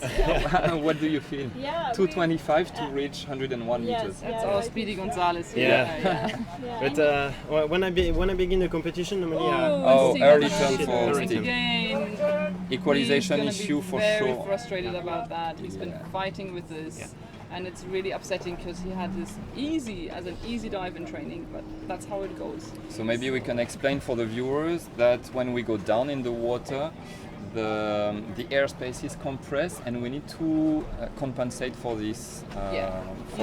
it's the depth of the thermocline. The thermocline is very soft, but maybe it's. So we call this equalizing. We need to add some air in the middle ear, and it's a very delicate process, very technical, and it can be disrupted by any distraction. And there's a slight thermocline here in Roatan, really slight, like 1 degree left from 60 meters. And sometimes it's enough to disturb freedivers. So probably this is why Stig did not manage to equalize his middle ear. So And that's a real shame. Yeah. once this happens, there's no fix. Like you have to turn, otherwise it's too much pain in the ear. Yeah, you would risk to actually break your eardrums if you went on. So this is the moment where you will see freedivers turn before they reach the bottom. This doesn't mean that he's disqualified. He will still get points for this dive. But with so much But just penalty, fewer. because he will lose points between the targeted depth and the real life depth. That's for sure in the ranking. Yes, that will throw him back, and they'll be. That's always very frustrating because you know you're strong, you know you've got a dive, and if you just can't realize your performance in a world championship when it counts, that is frustrating because of course everybody wants to be at their best here in this competition. We can see that he has a very nice wetsuit with Stephen Keenan written in the back. All the people who, will understand the Yeah, glimpse. it happens. It's just frustrating. He competes a lot, though. He's one of our most active competitors. But sometimes it just doesn't work for whatever reason. Yeah. Coming So up this next- means that Morgan is still with 101, the deepest dive of the Yes, day so far. And Stefan went only 1 point behind, only because he lost his tag. So that's very close. That's great news for the French team. Now And, coming the deepest dive, so the next 30 minutes will be outstandingly interesting. Yes, all the maximum depth is coming up. We have Adam Stern from Australia coming next. He's announced a dive of 104. Actually, that is also giving himself a little bit of leeway because he's actually done more than this in training. He's done a 106, but he said that the dive didn't feel very strong, and so he felt very strong nitrogen narcosis. We freedivers feel this when we get really deep. So for the guys, it's definitely an issue when they get to around 100 meters, and it disrupted his 106 meter dive. So he's announced 104 just to be a little bit safe, and be sure to have a good performance here. I think it's a good decision with the extra stress that a competition day puts. It's good to keep some margin. Yeah, it's something that I would guess, Stefan, like if you're in a competition on this level, you're not going to want to try a personal best for most people. Yeah, and also this competition is more difficult because some people train in the cold water. Yes. And for people train in hot weather, usually maybe Philippines and everything, it's better. But me, I need maybe 2 weeks more to train To get used to adapt at 30 degrees because the thermocline is at 70 meters. And from 0 at 70 at 0, it's 140 meters in 30 degrees. And the vasoconstriction is it's huge. And hypoxia is quick. Your body reacts differently. Our bodies react very strongly to the different elements of the dive, including temperature of the water, and so on. And that actually you need to acclimatize to. To these different conditions, and you need to have that reflected in your announcements as well. For the people, when the limit is hypoxia, is a more difficult condition. But if your limit is just to ecolyte, I think it's a good condition. It's easier, definitely. Yeah. So Adam is getting ready for his dive. He's from Australia, and he's actually the Australian record holder in this discipline. Oh, he's not. Oh, Walter Stein is still the Australian record holder. There you go. So Adam is getting close to it. So that was my mistake. I thought he was already there. He's done it in training, equaled the Australian record in training, but he's not there yet in competition. So he's just getting ready to do his World Championship performance. And we'll see how that goes for him. He's looking really relaxed on my now list on the as a line. national record, so that's a little bit confusing. But we'll see how this dive goes. Definitely, it's a very deep dive. And for the viewers who've just tuned in, you will notice that the dive times are also getting long. He's announced a dive time of 3 minutes and 7 seconds. That's an estimate. So we generally give estimates of our dive time to the safety team so that they know when to expect us back. We don't have to stick to this time. It doesn't matter. We can take as long or short as we like, but it's just a safety issue. And for those of you who have been following us all week, you may notice a change that we now have a deep safety on scooter, and that's because of the depths we are going to. We also have 3 doctors on the platform. Just precautions, just because these dives are deeper, there could be a little bit more chance for something to not quite go so well, so we are prepared for that in the event that a diver is struggling for some reason. So, with this new implementation of Dive-Eye, we are able to spot any difficulty. A scooter rescue could happen very quickly and pick up somebody if they needed to be assisted to the surface. Yes, generally when people have problems, and Remy can testify to this because he's been actually safety diver in World Championship, they come around very quickly in freediving. It might look very disturbing to a viewer to see somebody black out underwater, but actually if you're safetied correctly, and that means you never ever do this alone, ever, then you get picked up and you wake up, and most of the time people had a nice dream.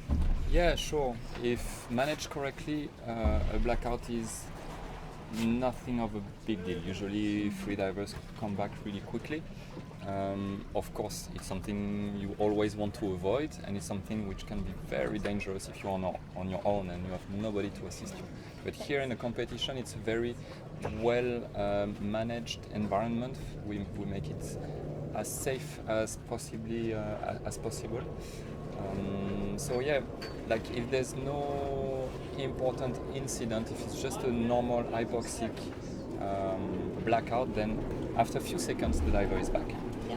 Just to the viewers at home maybe who are not used to the sport and haven't gone through formal freediving training, please don't hold your breath on your own, not in any swimming pool, not in the bathtub, and just because you might feel that you're surrounded by people in this public swimming pool doesn't mean that somebody's watching you, and we unfortunately keep having accidents that are really not necessary from people just swimming underwater or holding their breath in public pools or in lakes or in swimming pools at home. And so please make sure you're always watched by somebody, and if you're interested in freediving, it's really good idea to take some lessons. We have very good education nowadays, so then you'll be completely safe.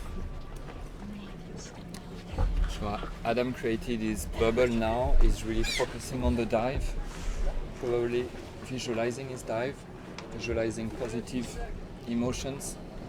You might be thinking of his partner Aaron, who was here recently, Yeah. who had to leave and go back to work, but he wanted to say, if you're watching Aaron, that he'll be thinking of you. Oh, how sweet.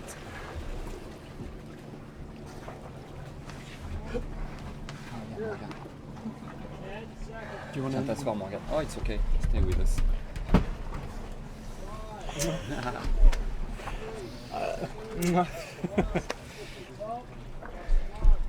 So Morgan just joined us, but we'll have a look at Adam's dive first, and probably we'll try to have a bit of a feedback from Morgan about his dive. We also need a little bit more explanation for our new viewers who have joined us from the Extreme channel, which has now just tuned in with over 2 million viewers. So Wow. we need to explain some of the things we've been going over already, but we have some new people that, as we go along, just kind of explain a little bit more some of the terms we use.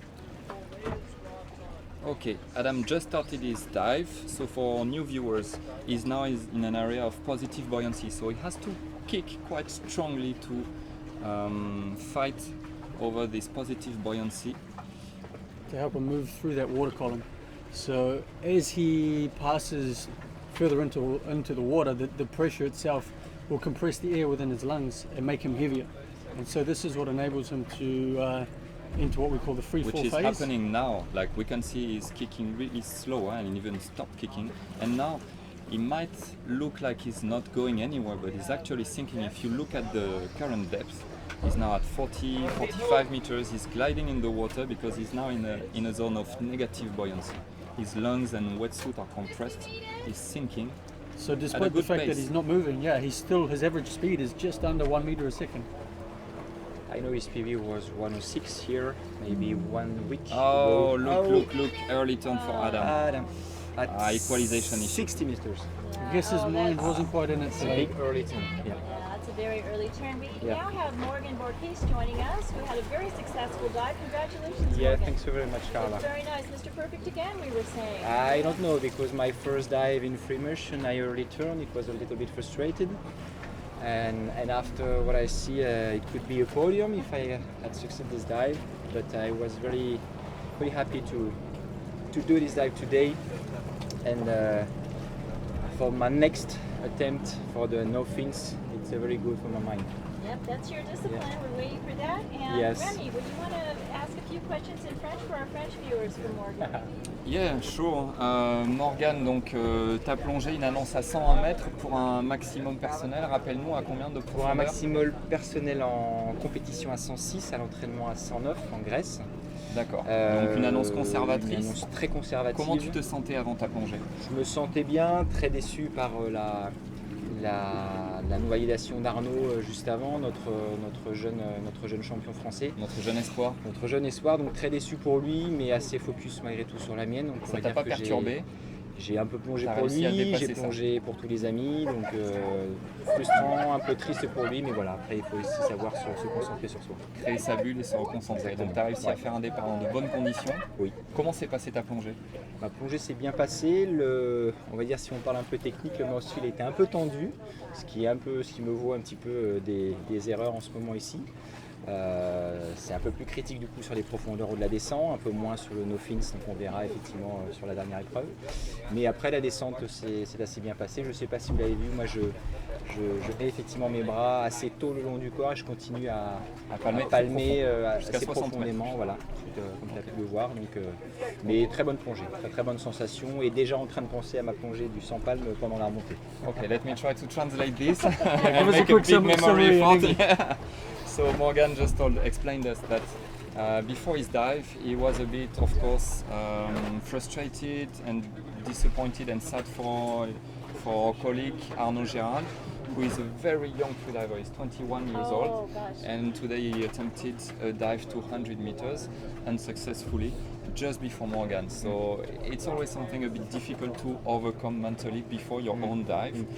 But Morgan is a very experienced athlete, so once needed, he managed to create his bubble and focus on his dive. And I dive for friends, I dive for him. So He dove for friends, he dove for his friends. Vive la France, huh? and vive la France. And Morgan was really happy to be successful equalization-wise, because recently he explained us he struggled a bit with his mouthfeel. A little bit tricky. For new viewers who might not know technical terms about freediving, mouthfeel is the equalization method we use to equalize pressure in our ears for very deep dives. So it's something quite technical. Often below 40 meters and beyond. Yeah.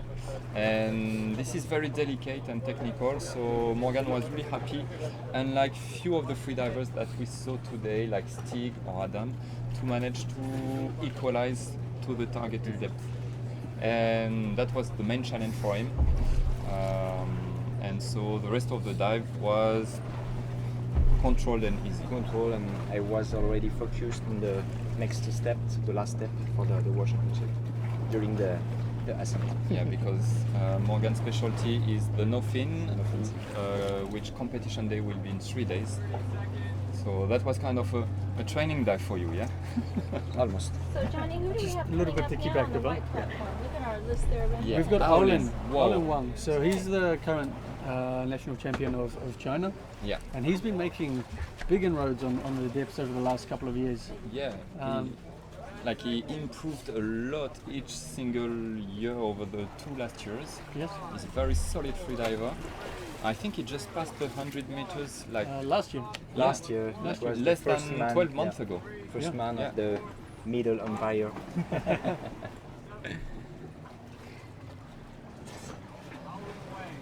He is now underway. So let's have a look at his technique. He's applying a bit of effort to initiate his propulsion. A little bit of knee bending, but very nice technique, starting well from the upper body. Yeah. So quite often athletes will, they don't mind compromising their technique a little in the descent in Yeah. order to be able to focus more on the relaxation. Yeah, often in freediving that's a choice, not to have a perfect perfect technique, but a compromise for relaxation. Yeah. And as we look now, he's looking very relaxed, Yeah. nice and stable in the water. So he's not spinning around the rope, he's not wobbling with the fin. And it looks like the diver is having to work hard to keep up with him. Very- So he's Very moving. classical technique. He kicked to 30 meters and then entered in the free fall position. And he has a very nice free falling technique. Yes, as you can see, he stays nice and close to the line, so he doesn't deviate far away. As I say that, he starts to move away. You have to know that each single muscular movement is a waste of oxygen down there. So the less you move during this phase, the more you save your oxygen for the way up, where of course you will have to move a lot to overcome the negative buoyancy. That's right. And on top of that, additional He's movements gonna make it. He's gonna make it. can affect your equalization. So he's down below 100. There he goes. Grabs the tag, smooth turn, He's and looking now good. is the hard part of the dive. Okay, so this can be maybe the most challenging part of the dive mentally. You know, coming up off the bottom, you know that you're down below 100 meters.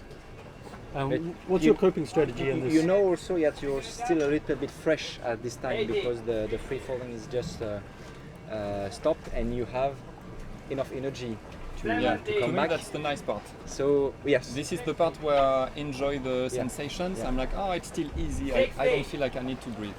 But you know it's coming. It's now that Now, starts after the you most start to more have, difficult part, when you don't see yet the safety divers, so you know Yeah. you're still quite deep, and you start feeling the ache in your when do muscles. they arrive? When do they arrive?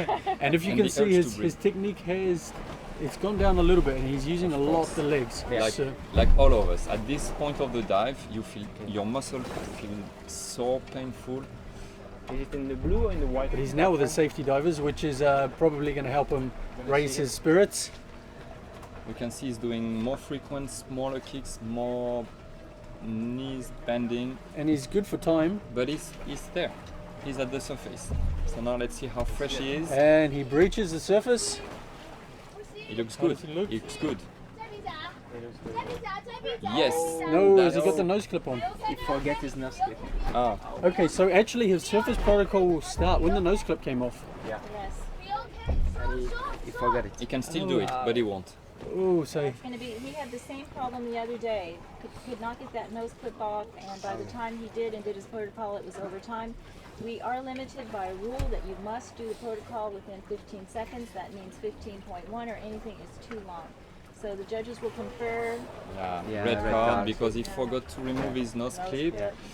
That So- must be really difficult because he did the dive, he went there, he was conscious at the surface, He looked very fresh. but Yeah. because he didn't remove his facial equipment, then it's a disqualification. It was probably a mix of narcosis and hypoxia. I agree.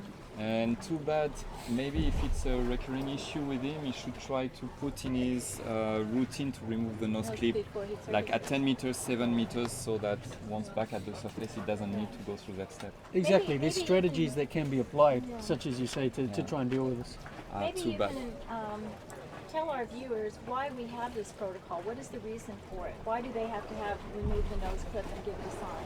Morgan, would you like to answer this? Because you may have been freediving since before this For 20 years, maybe. protocol even came in. Maybe I think this this kind of order is ready to show that the freediver is very Lucid. is very lucid and control all his dive and is mentally in the surface and not underwater, still underwater. And you have to really do the protocol in the good order. It's very important. Yes.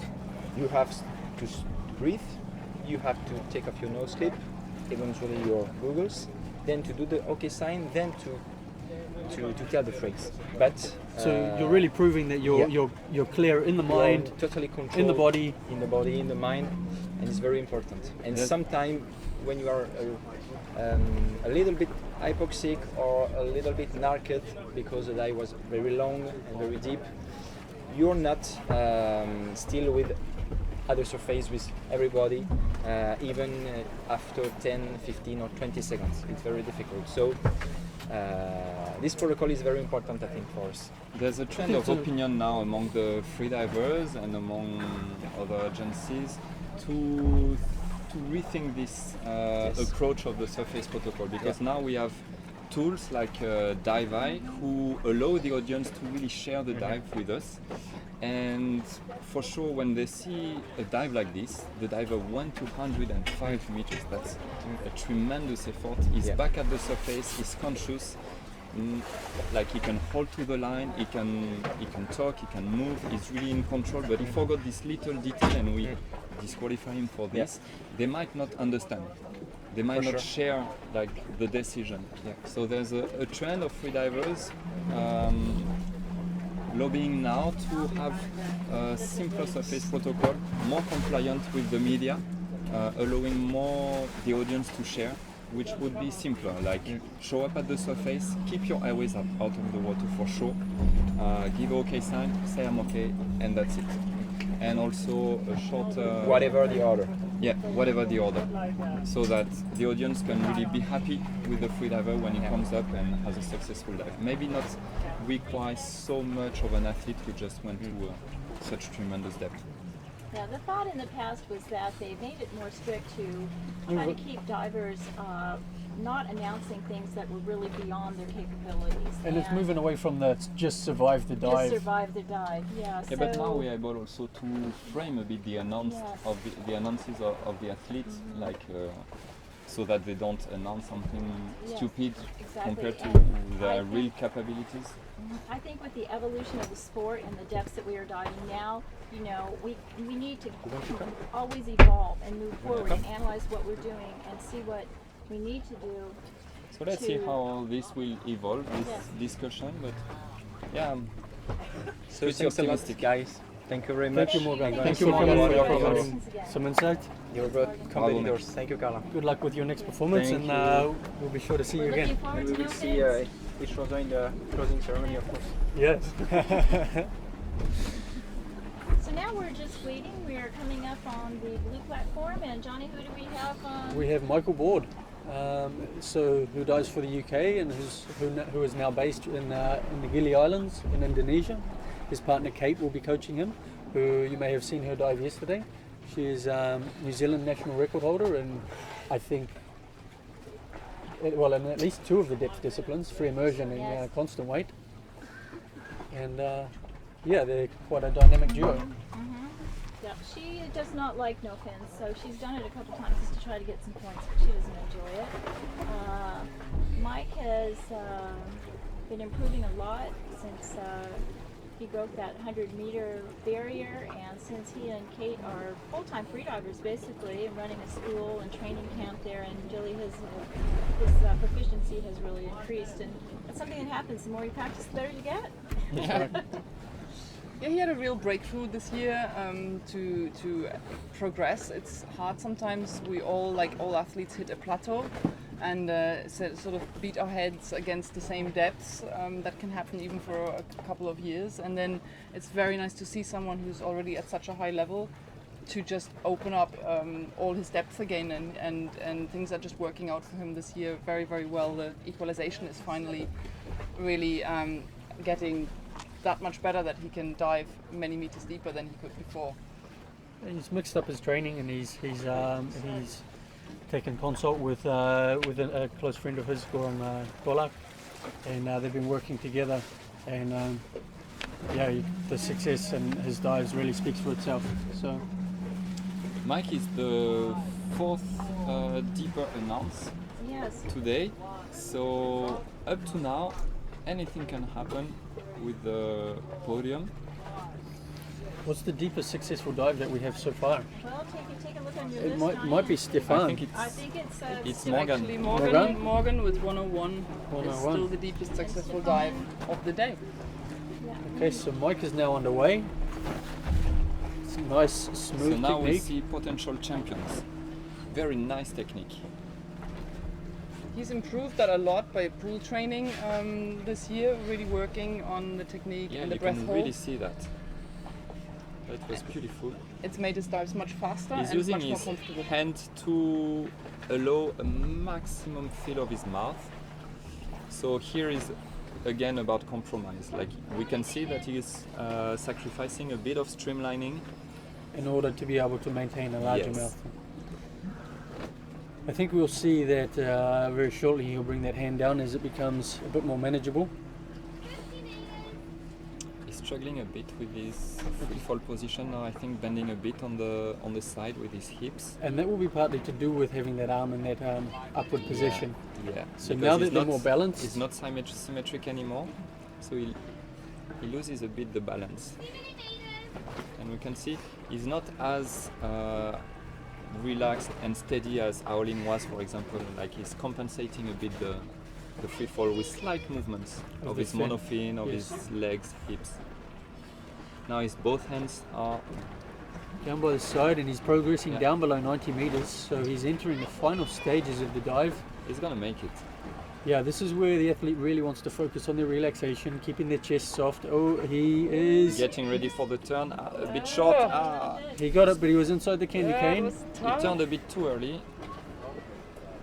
He had to put an extra effort to reach the tag. So competition nerves may have affected his equalization. He's coming up with quite a lot of speed, a lot of power and effort. He's really fast. You can really see the difference between the first 20 meters where he was putting relaxation first, and now he's really putting efficiency first. Yeah, you can see very little movement in the upper part of his body. Okay, so it's only the lower half that's working. He's rushing to the surface. Yeah, the safety divers will have quite a time to keep up with him. The physiology here is that at depth, the vasoconstriction makes that your muscles work without oxygen. So this is the moment where you can really use your muscle And you'll be really while feeling the saving your burn. oxygen. Yeah. He'll be really feeling the burn in his legs. Okay, and if you can Yeah. see the movements have started to slow. He moved so much that now His knees He are must opening be up a in little a lot bit, of pain. We can see that he's spreading a bit the knees. but he's approaching the surface.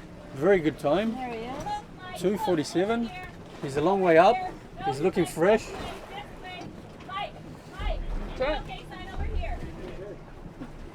It looks it's difficult, but he's doing it. Well, I'm glad I don't have to make that call. That's going to be a tough call. That's Tricky going to be a call tough to call. make. The rules say that you must be facing the judges when you give the protocol.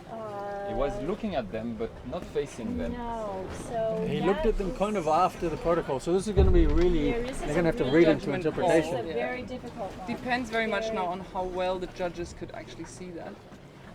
This is But actually, he was on his profile, so they could see the protocol. That's a very tricky decision for the judges now. I wouldn't like to be in their shoes. Okay, so That's a red he's card. Yeah, received that's a red card, but this is something that he can protest, That he can protest. and he's in with a chance of winning it. So the benefit of the doubt does go with the athlete when it comes down to the review of the footage. It was such a difficult decision for That the was judges really that probably they wanted to be on the safe side and announce a Yes. red card to let him the possibility to protest and yes, see. and they can look at it together On the film video, and yeah, make a frame by determination. frame, and Yes. see Yes. what's the final decision. Yes, the athlete always has a right to protest a decision, and when the judges are having to make a split-second decision, sometimes they just have to go with whatever they think at the moment. And but there is a chance for it to be reconsidered, and Mike, certainly has a right to protest that if he wants to later on. So now we know that for sure there will be a bit of uncertainty on the result Yes. until this afternoon that we have the temporary result, and then the possibility for the athlete to protest, and then the time to consider this protest and have the final results tonight. Yes, so for our preliminary results, when that will get posted, it will say DQ, disqualification, SP, surface protocol. So each kind of disqualification has a definition as to what the reason is, and we also have a yellow card for early turn as a possibility. We have different ones, a grab penalty, different things that can happen. So now, over on, we're really getting put my into lips on our it. deeper dives. On the white platform, we have William Trubridge of New Zealand. He is our current world record holder in the no fins discipline and in free immersion. This is his the one discipline that he does not have the record in, and is not quite as easy for him as the others. You want some? Did you say easy? So William has announced 116 meters and a dive time of 3:05, and he's on the line getting prepared. Johnny, fellow countryman from New Zealand, what would you like to say about William today? My teammate. All right, so this should be a dive that, well, it's well within his capabilities, and I think we've seen him do 120 meters in training here. However, it's very choppy today, and as you've seen by the results so far, the pressure tends to get to a diver on competition day. So, but he's a professional who's been doing this sport for many, many years. I think 10 or 11 years at least. So, And What do you think, strategy-wise? He announced 116, but there's nobody close to that depth behind him. So he could turn he's- early. If he calculates well, he could save few meters, turn early on purpose. he could.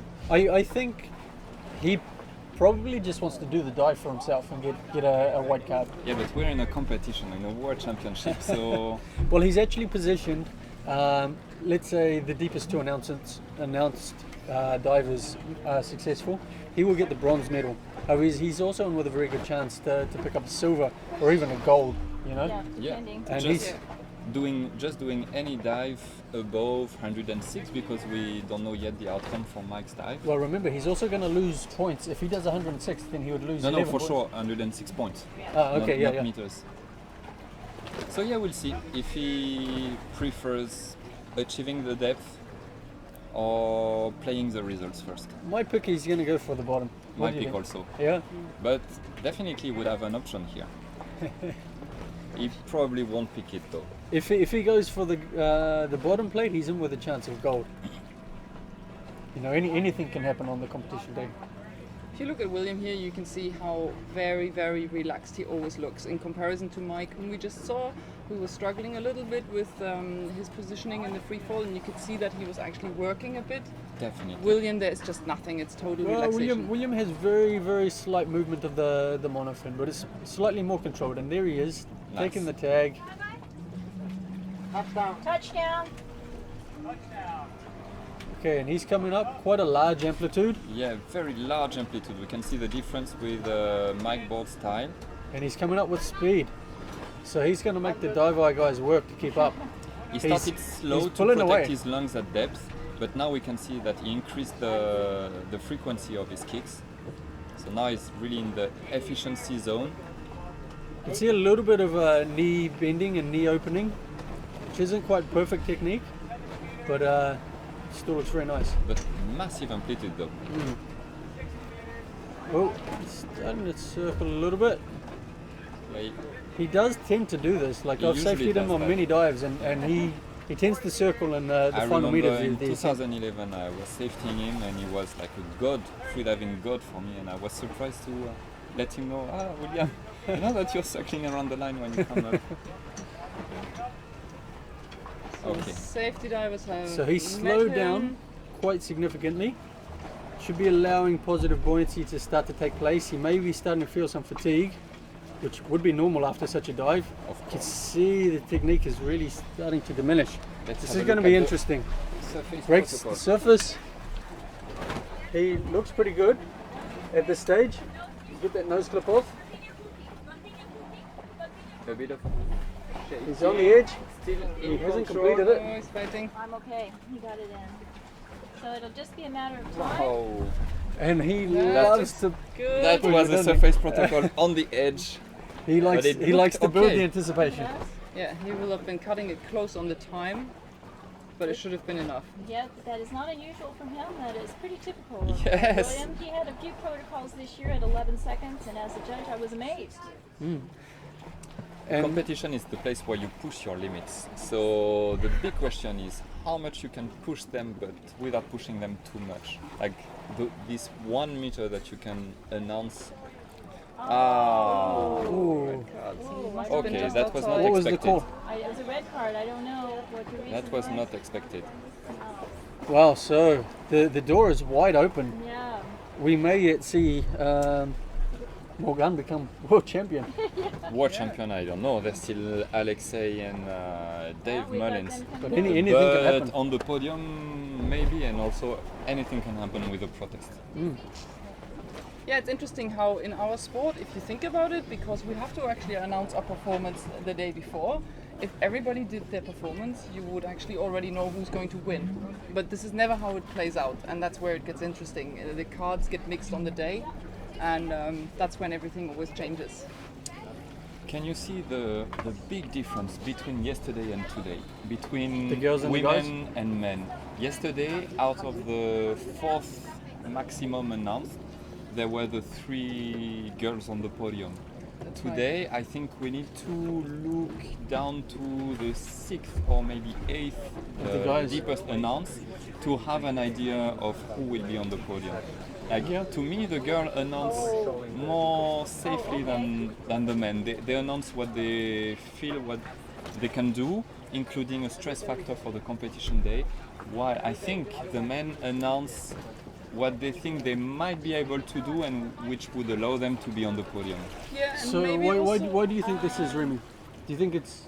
Oh, let me just break in. The dive eye guys have a view here of some people down a few meters taking some oxygen. Would you please explain to everyone why they're doing that and the reason for that? Okay, so they're breathing oxygen immediately, well, more or less immediately after the dive. So this is a precautionary measure that we take to help to offload the nitrogen. So it's to reduce risks of decompression sickness. Anna, both of you guys are technical divers, so perhaps you could explain a little further. So basically, it's not very much is known in freediving, and even in scuba diving, actually, decompression sickness is still largely has unknown factors. So we're just erring on the safe side here, because we do know that decompression sickness also can affect freedivers, and it just helps to breathe a little bit of oxygen after you dive. even with recovery from the effort, actually, it helps you to recover a little bit faster and to be ready sooner for the next maximum performance, which if you're competing in all 3 disciplines in this World Championship is a lot to actually get through. Yeah, I agree. I think most freedivers breathe the oxygen more for recovery purpose than really DCS prevention, because But we the saw reason it DCS is in provided by the freediving, but organisers is really in extreme cases, not really in depth competition like this. And for example, in scuba, DCS is something that we can treat really, really easily. In France, for example, oxygen is considered as a medicine. It can be prescribed only by physicians, only if you have a condition. So in France, you're not allowed to breathe underwater for the sake of preventing something which has slow chances to happen. So we're just allowed to breathe medicinal oxygen if we have a blackout for recovery. That's quite a unique view in that country. Around the world, technical divers are using We often have oxygen for unique views decompression. in France. But maybe we should have a look at who's the next diver coming up. Sure. David Mullins. Because that's actually a very unique diver, and there's another one from New Zealand. So Johnny, I think you should tell us a little bit about Dave's background, whom we haven't seen in World Championships for a little while.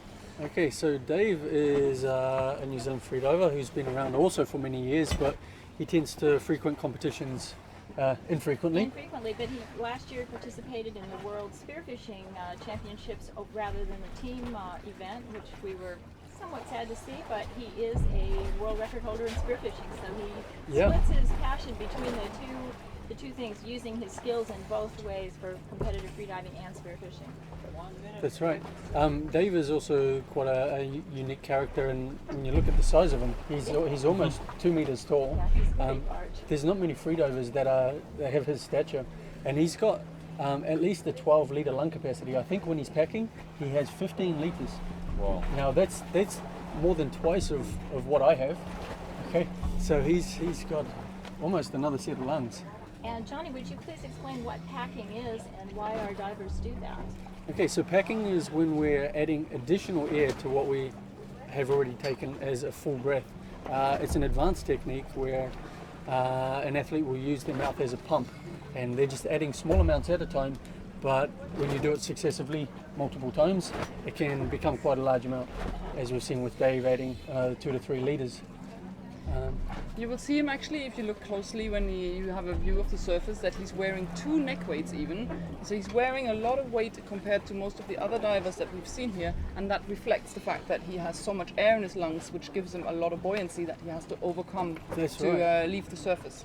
He's diving with, I believe, something in the region of 3.2 kilograms. And his neutral buoyancy would be the same as almost all the other divers. So despite the fact that he's got a thin wetsuit on, all of that additional air in his lungs means that he has to work that much harder to get down through the positively buoyant phase. He announced 126 meters, the maximum depth announced on this competition day. What do you think, Johnny? Do I think? Well, Dave should be good when it comes to hypoxia. He's had a few issues with equalization in the training, but he did manage a dive to 125 meters just prior to this one, so he had a bit of a breakthrough. And if we get, I think if he gets down below 100 meters, then I think he's going to go all the way. You can see with the position of his arms that he's really putting first relaxation. We've seen and Dave. I guess with the amount of weight he has around the neck, he should be free falling quite early in his dive. No, actually, he needed that amount of weight just to enable him to free fall with a similar profile to everybody else. So 30 meters. You see 30 meters and he's free falling. We've seen Dave do very, very good dives with very short training periods, and then sometimes do early turns in competitions in World Championships, because he's someone that suffers quite a lot from the nerves, from the competition nerves, and it brings on an early edge to breathe, and that makes him struggle with equalization, which is for him definitely the main issue here. Not only that, but to dive to 126 meters, you need to get the equalization pretty much perfect. You know, there's zero room for error. So that's a beautiful free fall. Beautiful free fall, nice and controlled and stable. And what's going to happen as he gets deeper, those lungs, those big lungs that he has, will continue to compress, and his speed will actually continue to increase. So he's now below 80 meters. This is This is where we're going to tell if he's going to make it all the way, because he can sometimes have contractions in his dive, and if he can control himself through Looking that. good right now. Every dive that I have seen him do, if he makes it to the plate, he's good. It's just whether or not he can get there or not. Okay, so if Luca and Tammy are tuning in, he wanted to send a big shout out to you guys. Down below 110. Okay, so he's really focusing on the relaxation now. Very good. He will make it to the bottom. You can see it's getting darker. Yeah. Yeah. 126, there he is.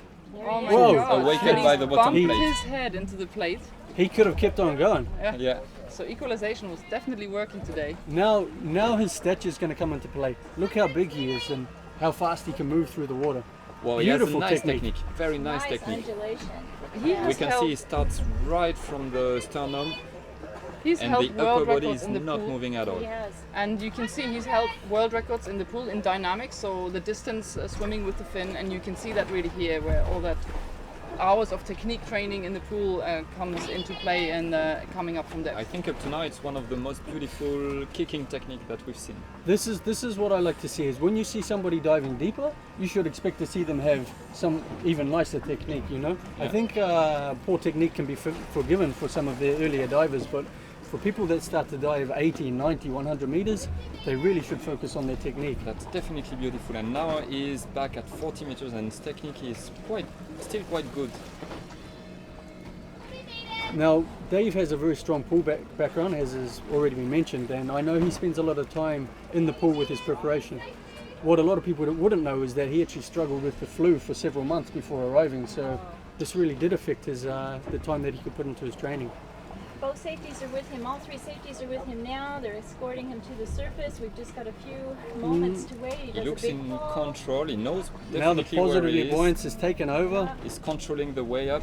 He's turned to Have a look. face the platform. Yeah, he looks very clear. Wow, he looks super fresh. Removes his nose clip, his goggles. Say it, Dave. Looks good. Looks good. Wow. Well, that He's- looked extremely He easy. has a moment. He had a moment of struggling. He's really white. But very much with it. Yes. Yeah. That was Absolutely. a beautiful performance. I mean, you would expect. Regardless of if he gets the white Yes, card, that was definitely. That was one a of the most beautiful dive. incredible dives I've ever Impressive. seen. Yeah. You would always expect. Yeah. Whoa, that's some pressure That for was- Alexei now. That was beautiful performance, and Definitely. we'll have to get Dave up here to have a few words after he's had a chance to breathe some He's, oxygen. he's not the most outgoing, but we'll drag him up here whether he wants to or not. But now the excitement is really come to our last diver in this top section here, Alexei Molchanov, our current world record holder. For all of you who want to know what all the records are in AIDA International, please go to our website, aidainternational.org. Look at the ranking. All of the world records are prominently Look at displayed him. on there. It's like he didn't even do anything. No, it was impressive. Alexei is from Moscow, and he's from a very famous freediving family. His mother, Natalia Molchanova, is arguably the best freediver in history. And he grew up as a freediver. He has a very comprehensive coaching and training program, and he does most of his training in the pool. And that's where he's gained all his strength, is through this pool training that he does. So, Much like Dave. yeah, much Yeah. like Dave. I think now we're really watching a fight in this freediving pit, because like few seconds ago Dave had a very successful dive on the blue Yes. platform, Yes, and now 1 minute after Alexei will go for the right same depth on the white platform, which is 4 meters away from the blue one. So it's now a lot of pressure Puts a on lot of Alexei's pressure on shoulder. Alexei. Yeah, and But he's strong, he's mentally very strong. he is, and And here he goes. He's about to go.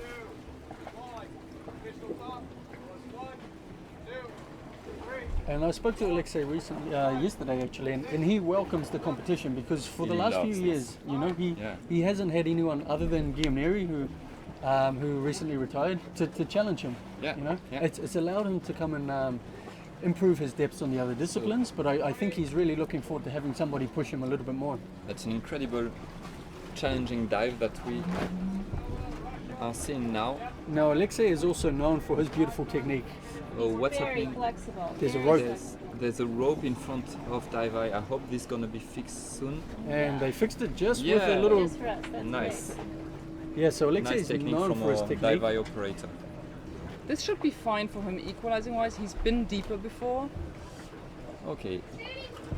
It's been reported that he has been training at 132 meters. So if that's the case, if that is true, then this would be 6 meters shorter than what he's been working on recently. So, but you know, competition nerves and having a successful dive right in front of you at your announced depth can change everything. Yeah, that's right.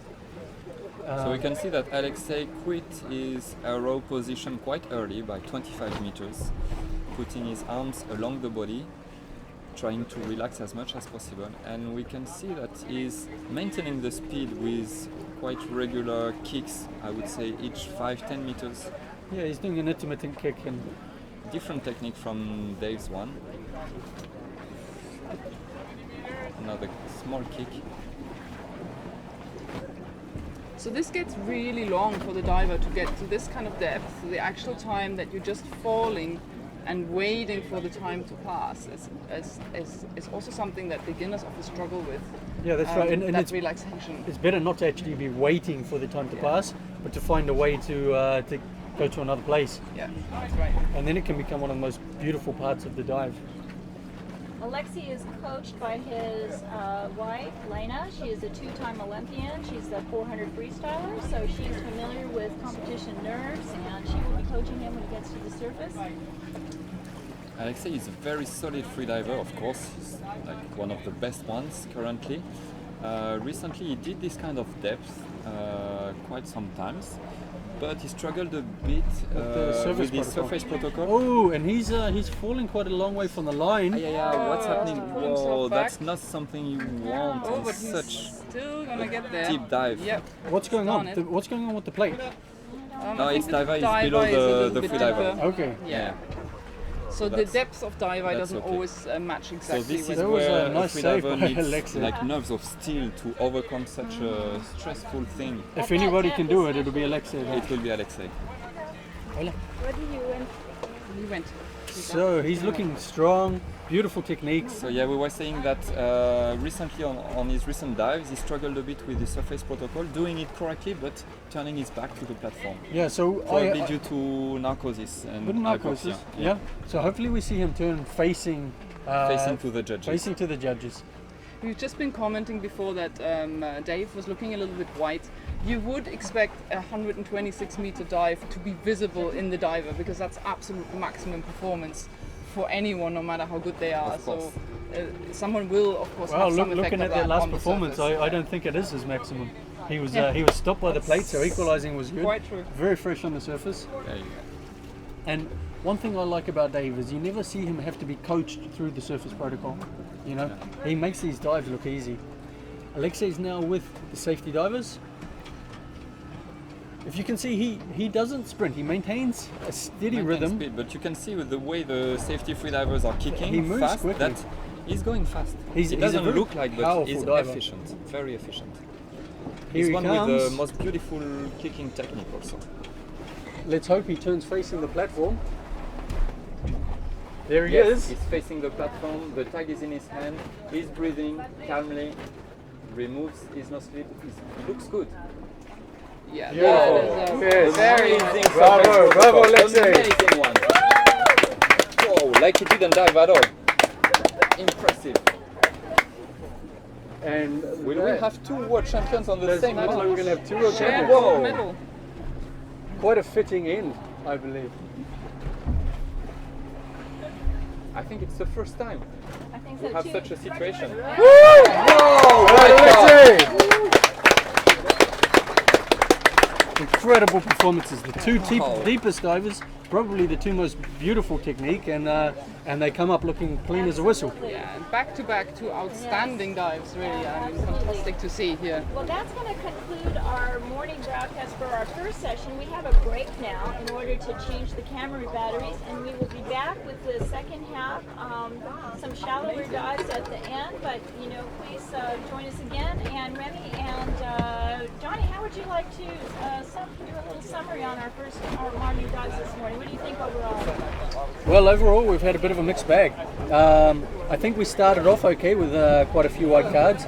We had a middle session where maybe the guys were overextending themselves a little bit, and then finally the two deepest divers come in really strong. Yeah. The three deep. I think if we talk about the temporary results, we have two world champions with gold medals, shared gold medals, and then I think the next in line for now, before protests, is maybe Morgan Borkis with 101 meters. So it's a big gap a Russian, a Kiwi, and a Frenchman. Yes, but let's see. It'll depend on whether both Mike and William decide to protest. We don't really know what happened on both of those dives, so we'll have to see. So we'll have to be patient until around 7 tonight. 7 o'clock before we hear. Yeah, before we know the definitive ranking. Yeah. We've been talking about also how the Women's Day went a little bit smoother yesterday than the men's. It has to be said also that the conditions definitely have been a lot harder here today. There hasn't been any current, but there's been quite a lot of swell on the surface, and it does affect how the diver can relax before his dive. All right, time-wise, we need to cut now, but we will be back in a few minutes. Thank you for joining us, and we'll see you in just a little bit. Thanks for tuning in, guys. Thank you.